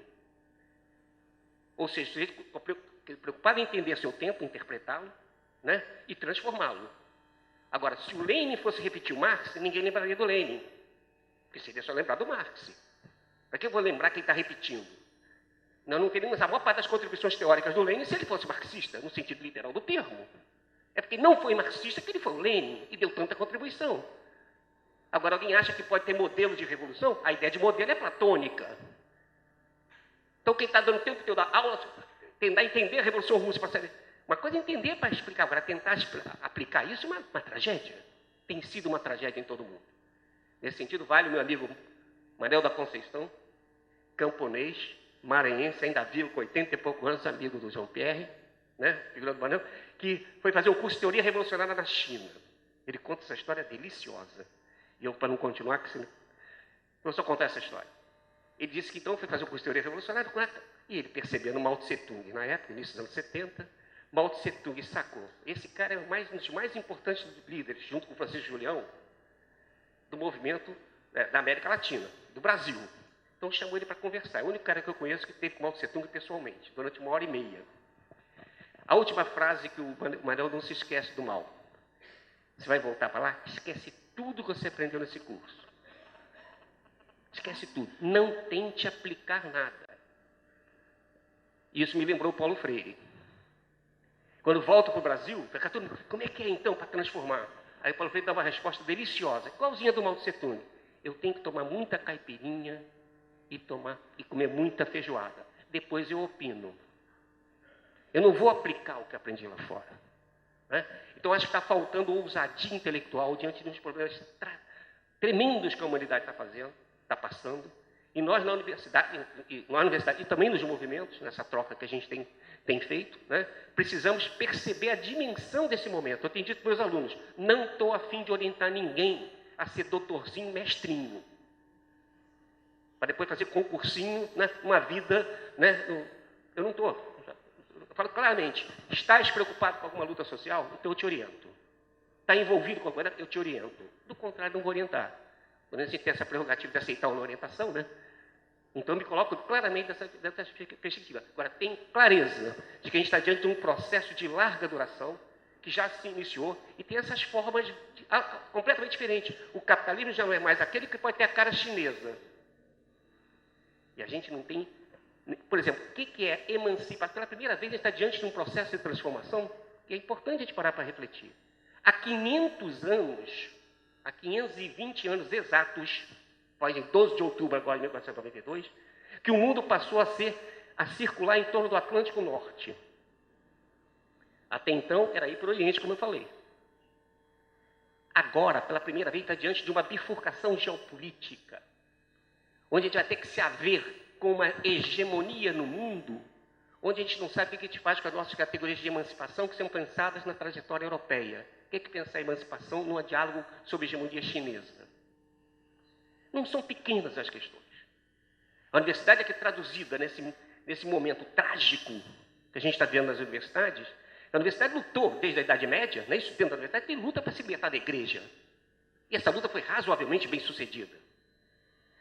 A universidade lutou para se libertar do poder do Estado determinar o que você pesquisa, a ideia de autonomia, né? De pensamento independente, liberdade de cátedra. Isso é uma conquista importante da universidade.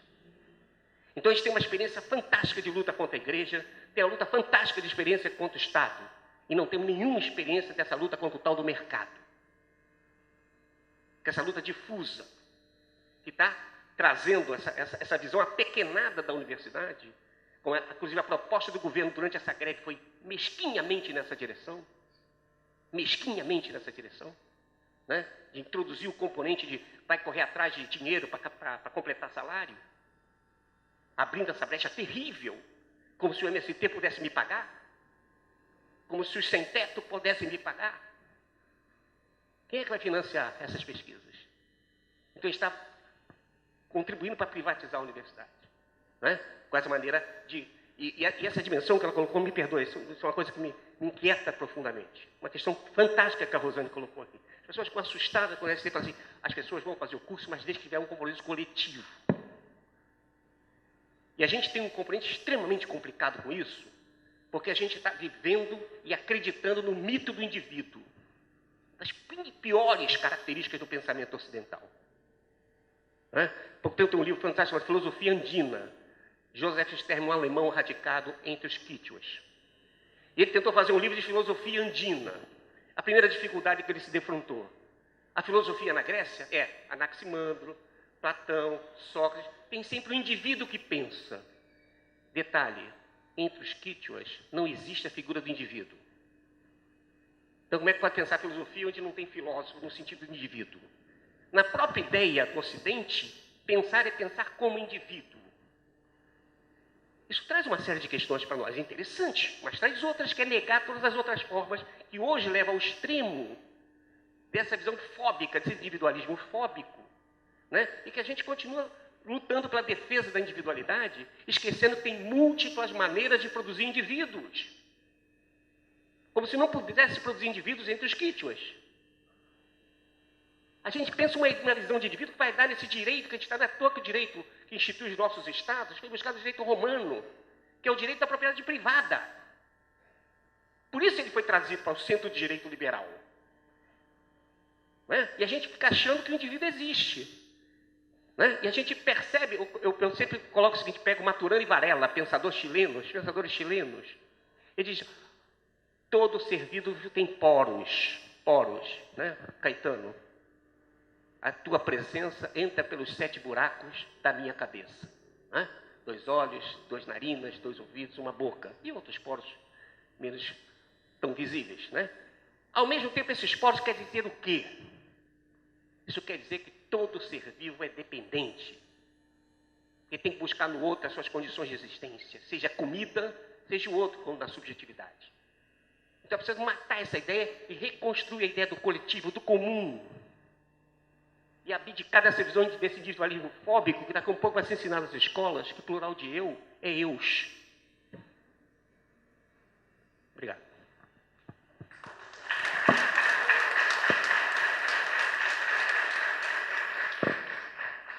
Duas questões mais diretas ao MST.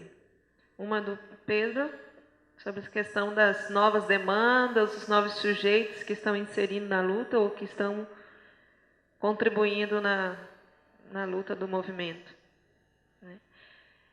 Nós temos algumas questões ainda que são bastante desafiadoras para o MST. Tem alguns temas que nós ainda acho que não tivemos coragem, talvez pronto até estejamos, mas falta assumir isso com mais publicidade, enfim. Fizemos até debates internos sobre aborto, sobre sexualidade, enfim. Mas ainda não aparece publicamente algumas posições, porque internamente ainda não temos, vamos dizer, o consenso não é a melhor palavra, mas não temos entendimentos comuns com relação a esses temas. E somos permanentemente provocados, até por entender que o movimento ele entra em tanto debate, e esses aqui, né, tipo aborto, nós somos bastante provocados pela Marcha Mundial de Mulheres.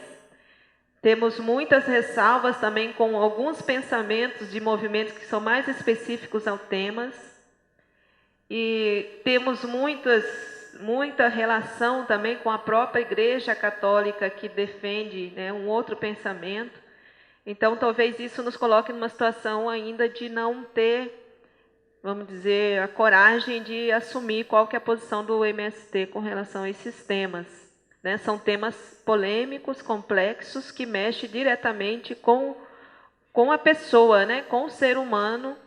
E a nossa defesa, que temos claro, é a defesa, né, da vida, a defesa, né, dos sujeitos humanos. Então, nós temos também vários companheiros, companheiras que têm uma opção sexual diferente do que é normal, vamos dizer assim, né? Mas nós também não temos enfrentado esse debate nem internamente. Temos muitos conflitos internos com relação a esses temas. Não temos por que não dizer isso, né? Mas é verdade que nós não temos esse amadurecimento, né, interno também para poder dizer o que o MST pensa sobre esses temas. É uma necessidade? É. Há algumas iniciativas a partir de alguns grupos, inclusive no coletivo de juventude, que é onde aparece muito forte também essas discussões, mas ainda são reflexões muito iniciais. E alguns educadores, algumas educadoras, que em algumas escolas até problematizam essas situações, mas também fica no âmbito escolar. Né? Então, nós reconhecemos que precisamos avançar nesses debates também.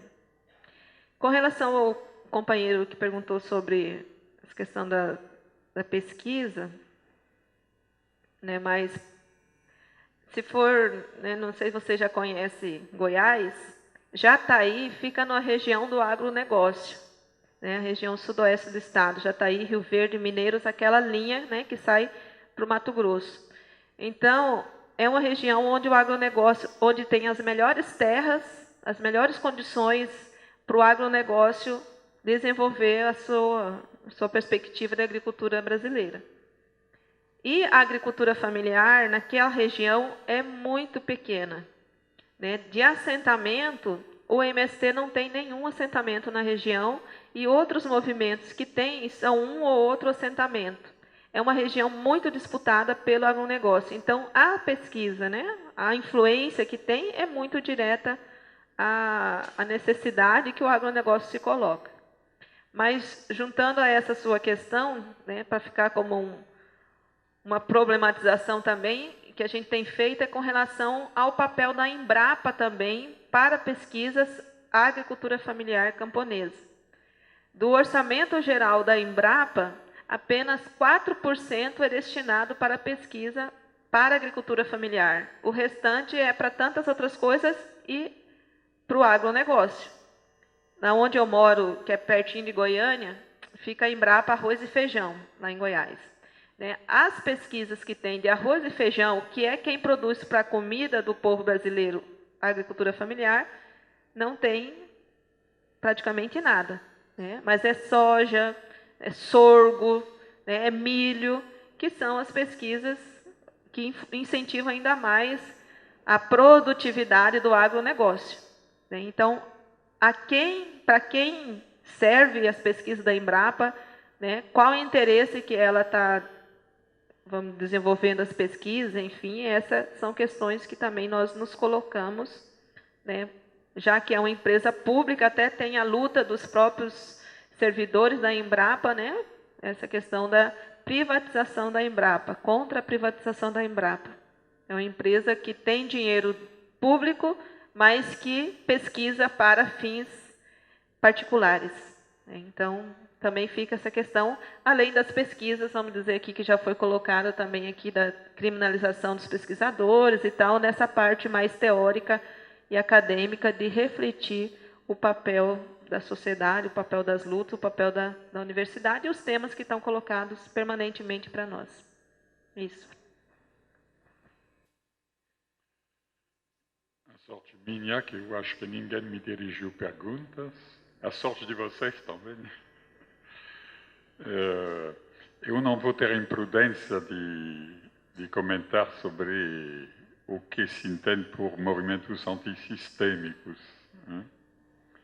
porque eu acho que todos os movimentos hoje vivem contradições, e têm que navegar em guerra de posição, e que, se afirmar como um movimento antissistêmico, o risco, se ele se afirma assim, é quando alguns membros se afirmam assim, na realidade é o velho discurso que volta.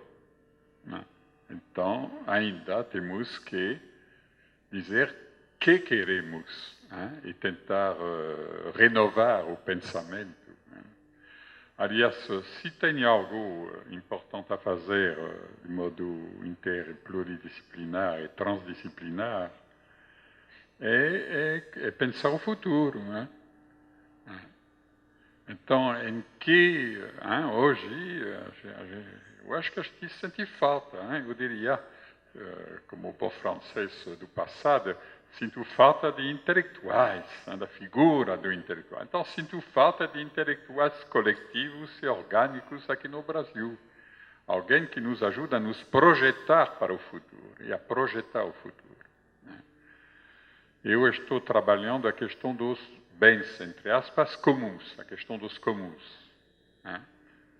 E escrevendo um pouquinho sobre isso, e a gente quer organizar um seminário, porque aí talvez possamos ver algo como o embrião de outra economia.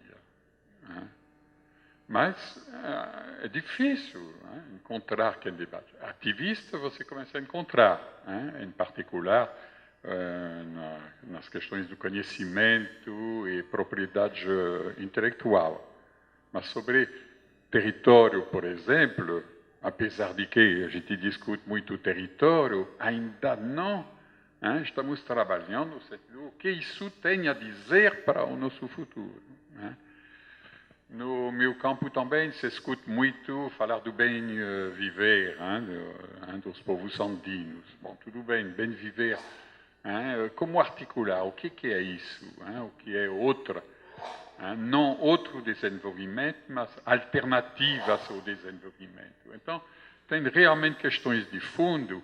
E aí, quando eu dizia que tem que se antecipar, às vezes, aos movimentos sociais, eles formulam perguntas que temos que escutar, mas também temos a responsabilidade de ir além. Então, aí é outra questão que eu deixo em suspenso. Hoje as ONGs estão em decadência, pelo menos as que não estão querendo fazer o papel do Estado, terceirizando. mas ONG que poderiam estar a serviço realmente de outro projeto, etc., isso está desaparecendo. E muitas vezes digo, não, agora esse papel é das universidades. No sentido, são eles que fazem justamente trabalho de mediação, de apoio, etc., em setores, em pessoas da academia. Bom. Então, nesse sentido, podemos falar, setores de universidades, pesquisadores, são também membros participantes de movimentos sociais, que eu acho muito positivo, como às vezes falo de funcionários públicos, vocês são aí na sua ação de contradições, agindo, também faz parte de um certo modo de movimento social. Então, é bom dizer isso, acho legal, mas ao mesmo tempo lembrar que tem uma especificidade da atividade intelectual. Às vezes, eu escuto um pesquisador, eu digo, bom, mas você não vem aqui para dizer que o MST é legal. Eles vão dizer o que eles fazem. Você não vem para dizer isso. Você vem para aprofundar um ponto, questionar, ir mais além. Então, isso, essa contradição que tem que viver, ligação com movimentos sociais, com eles pensar o futuro, ajudar a contribuir, mas ao mesmo tempo manter um lugar que é específico da atividade intelectual, que é o questionamento, que é ajudar justamente a dúvida permanente, o questionamento permanente, colocar novas questões, mais do que as respostas, inclusive. Tá?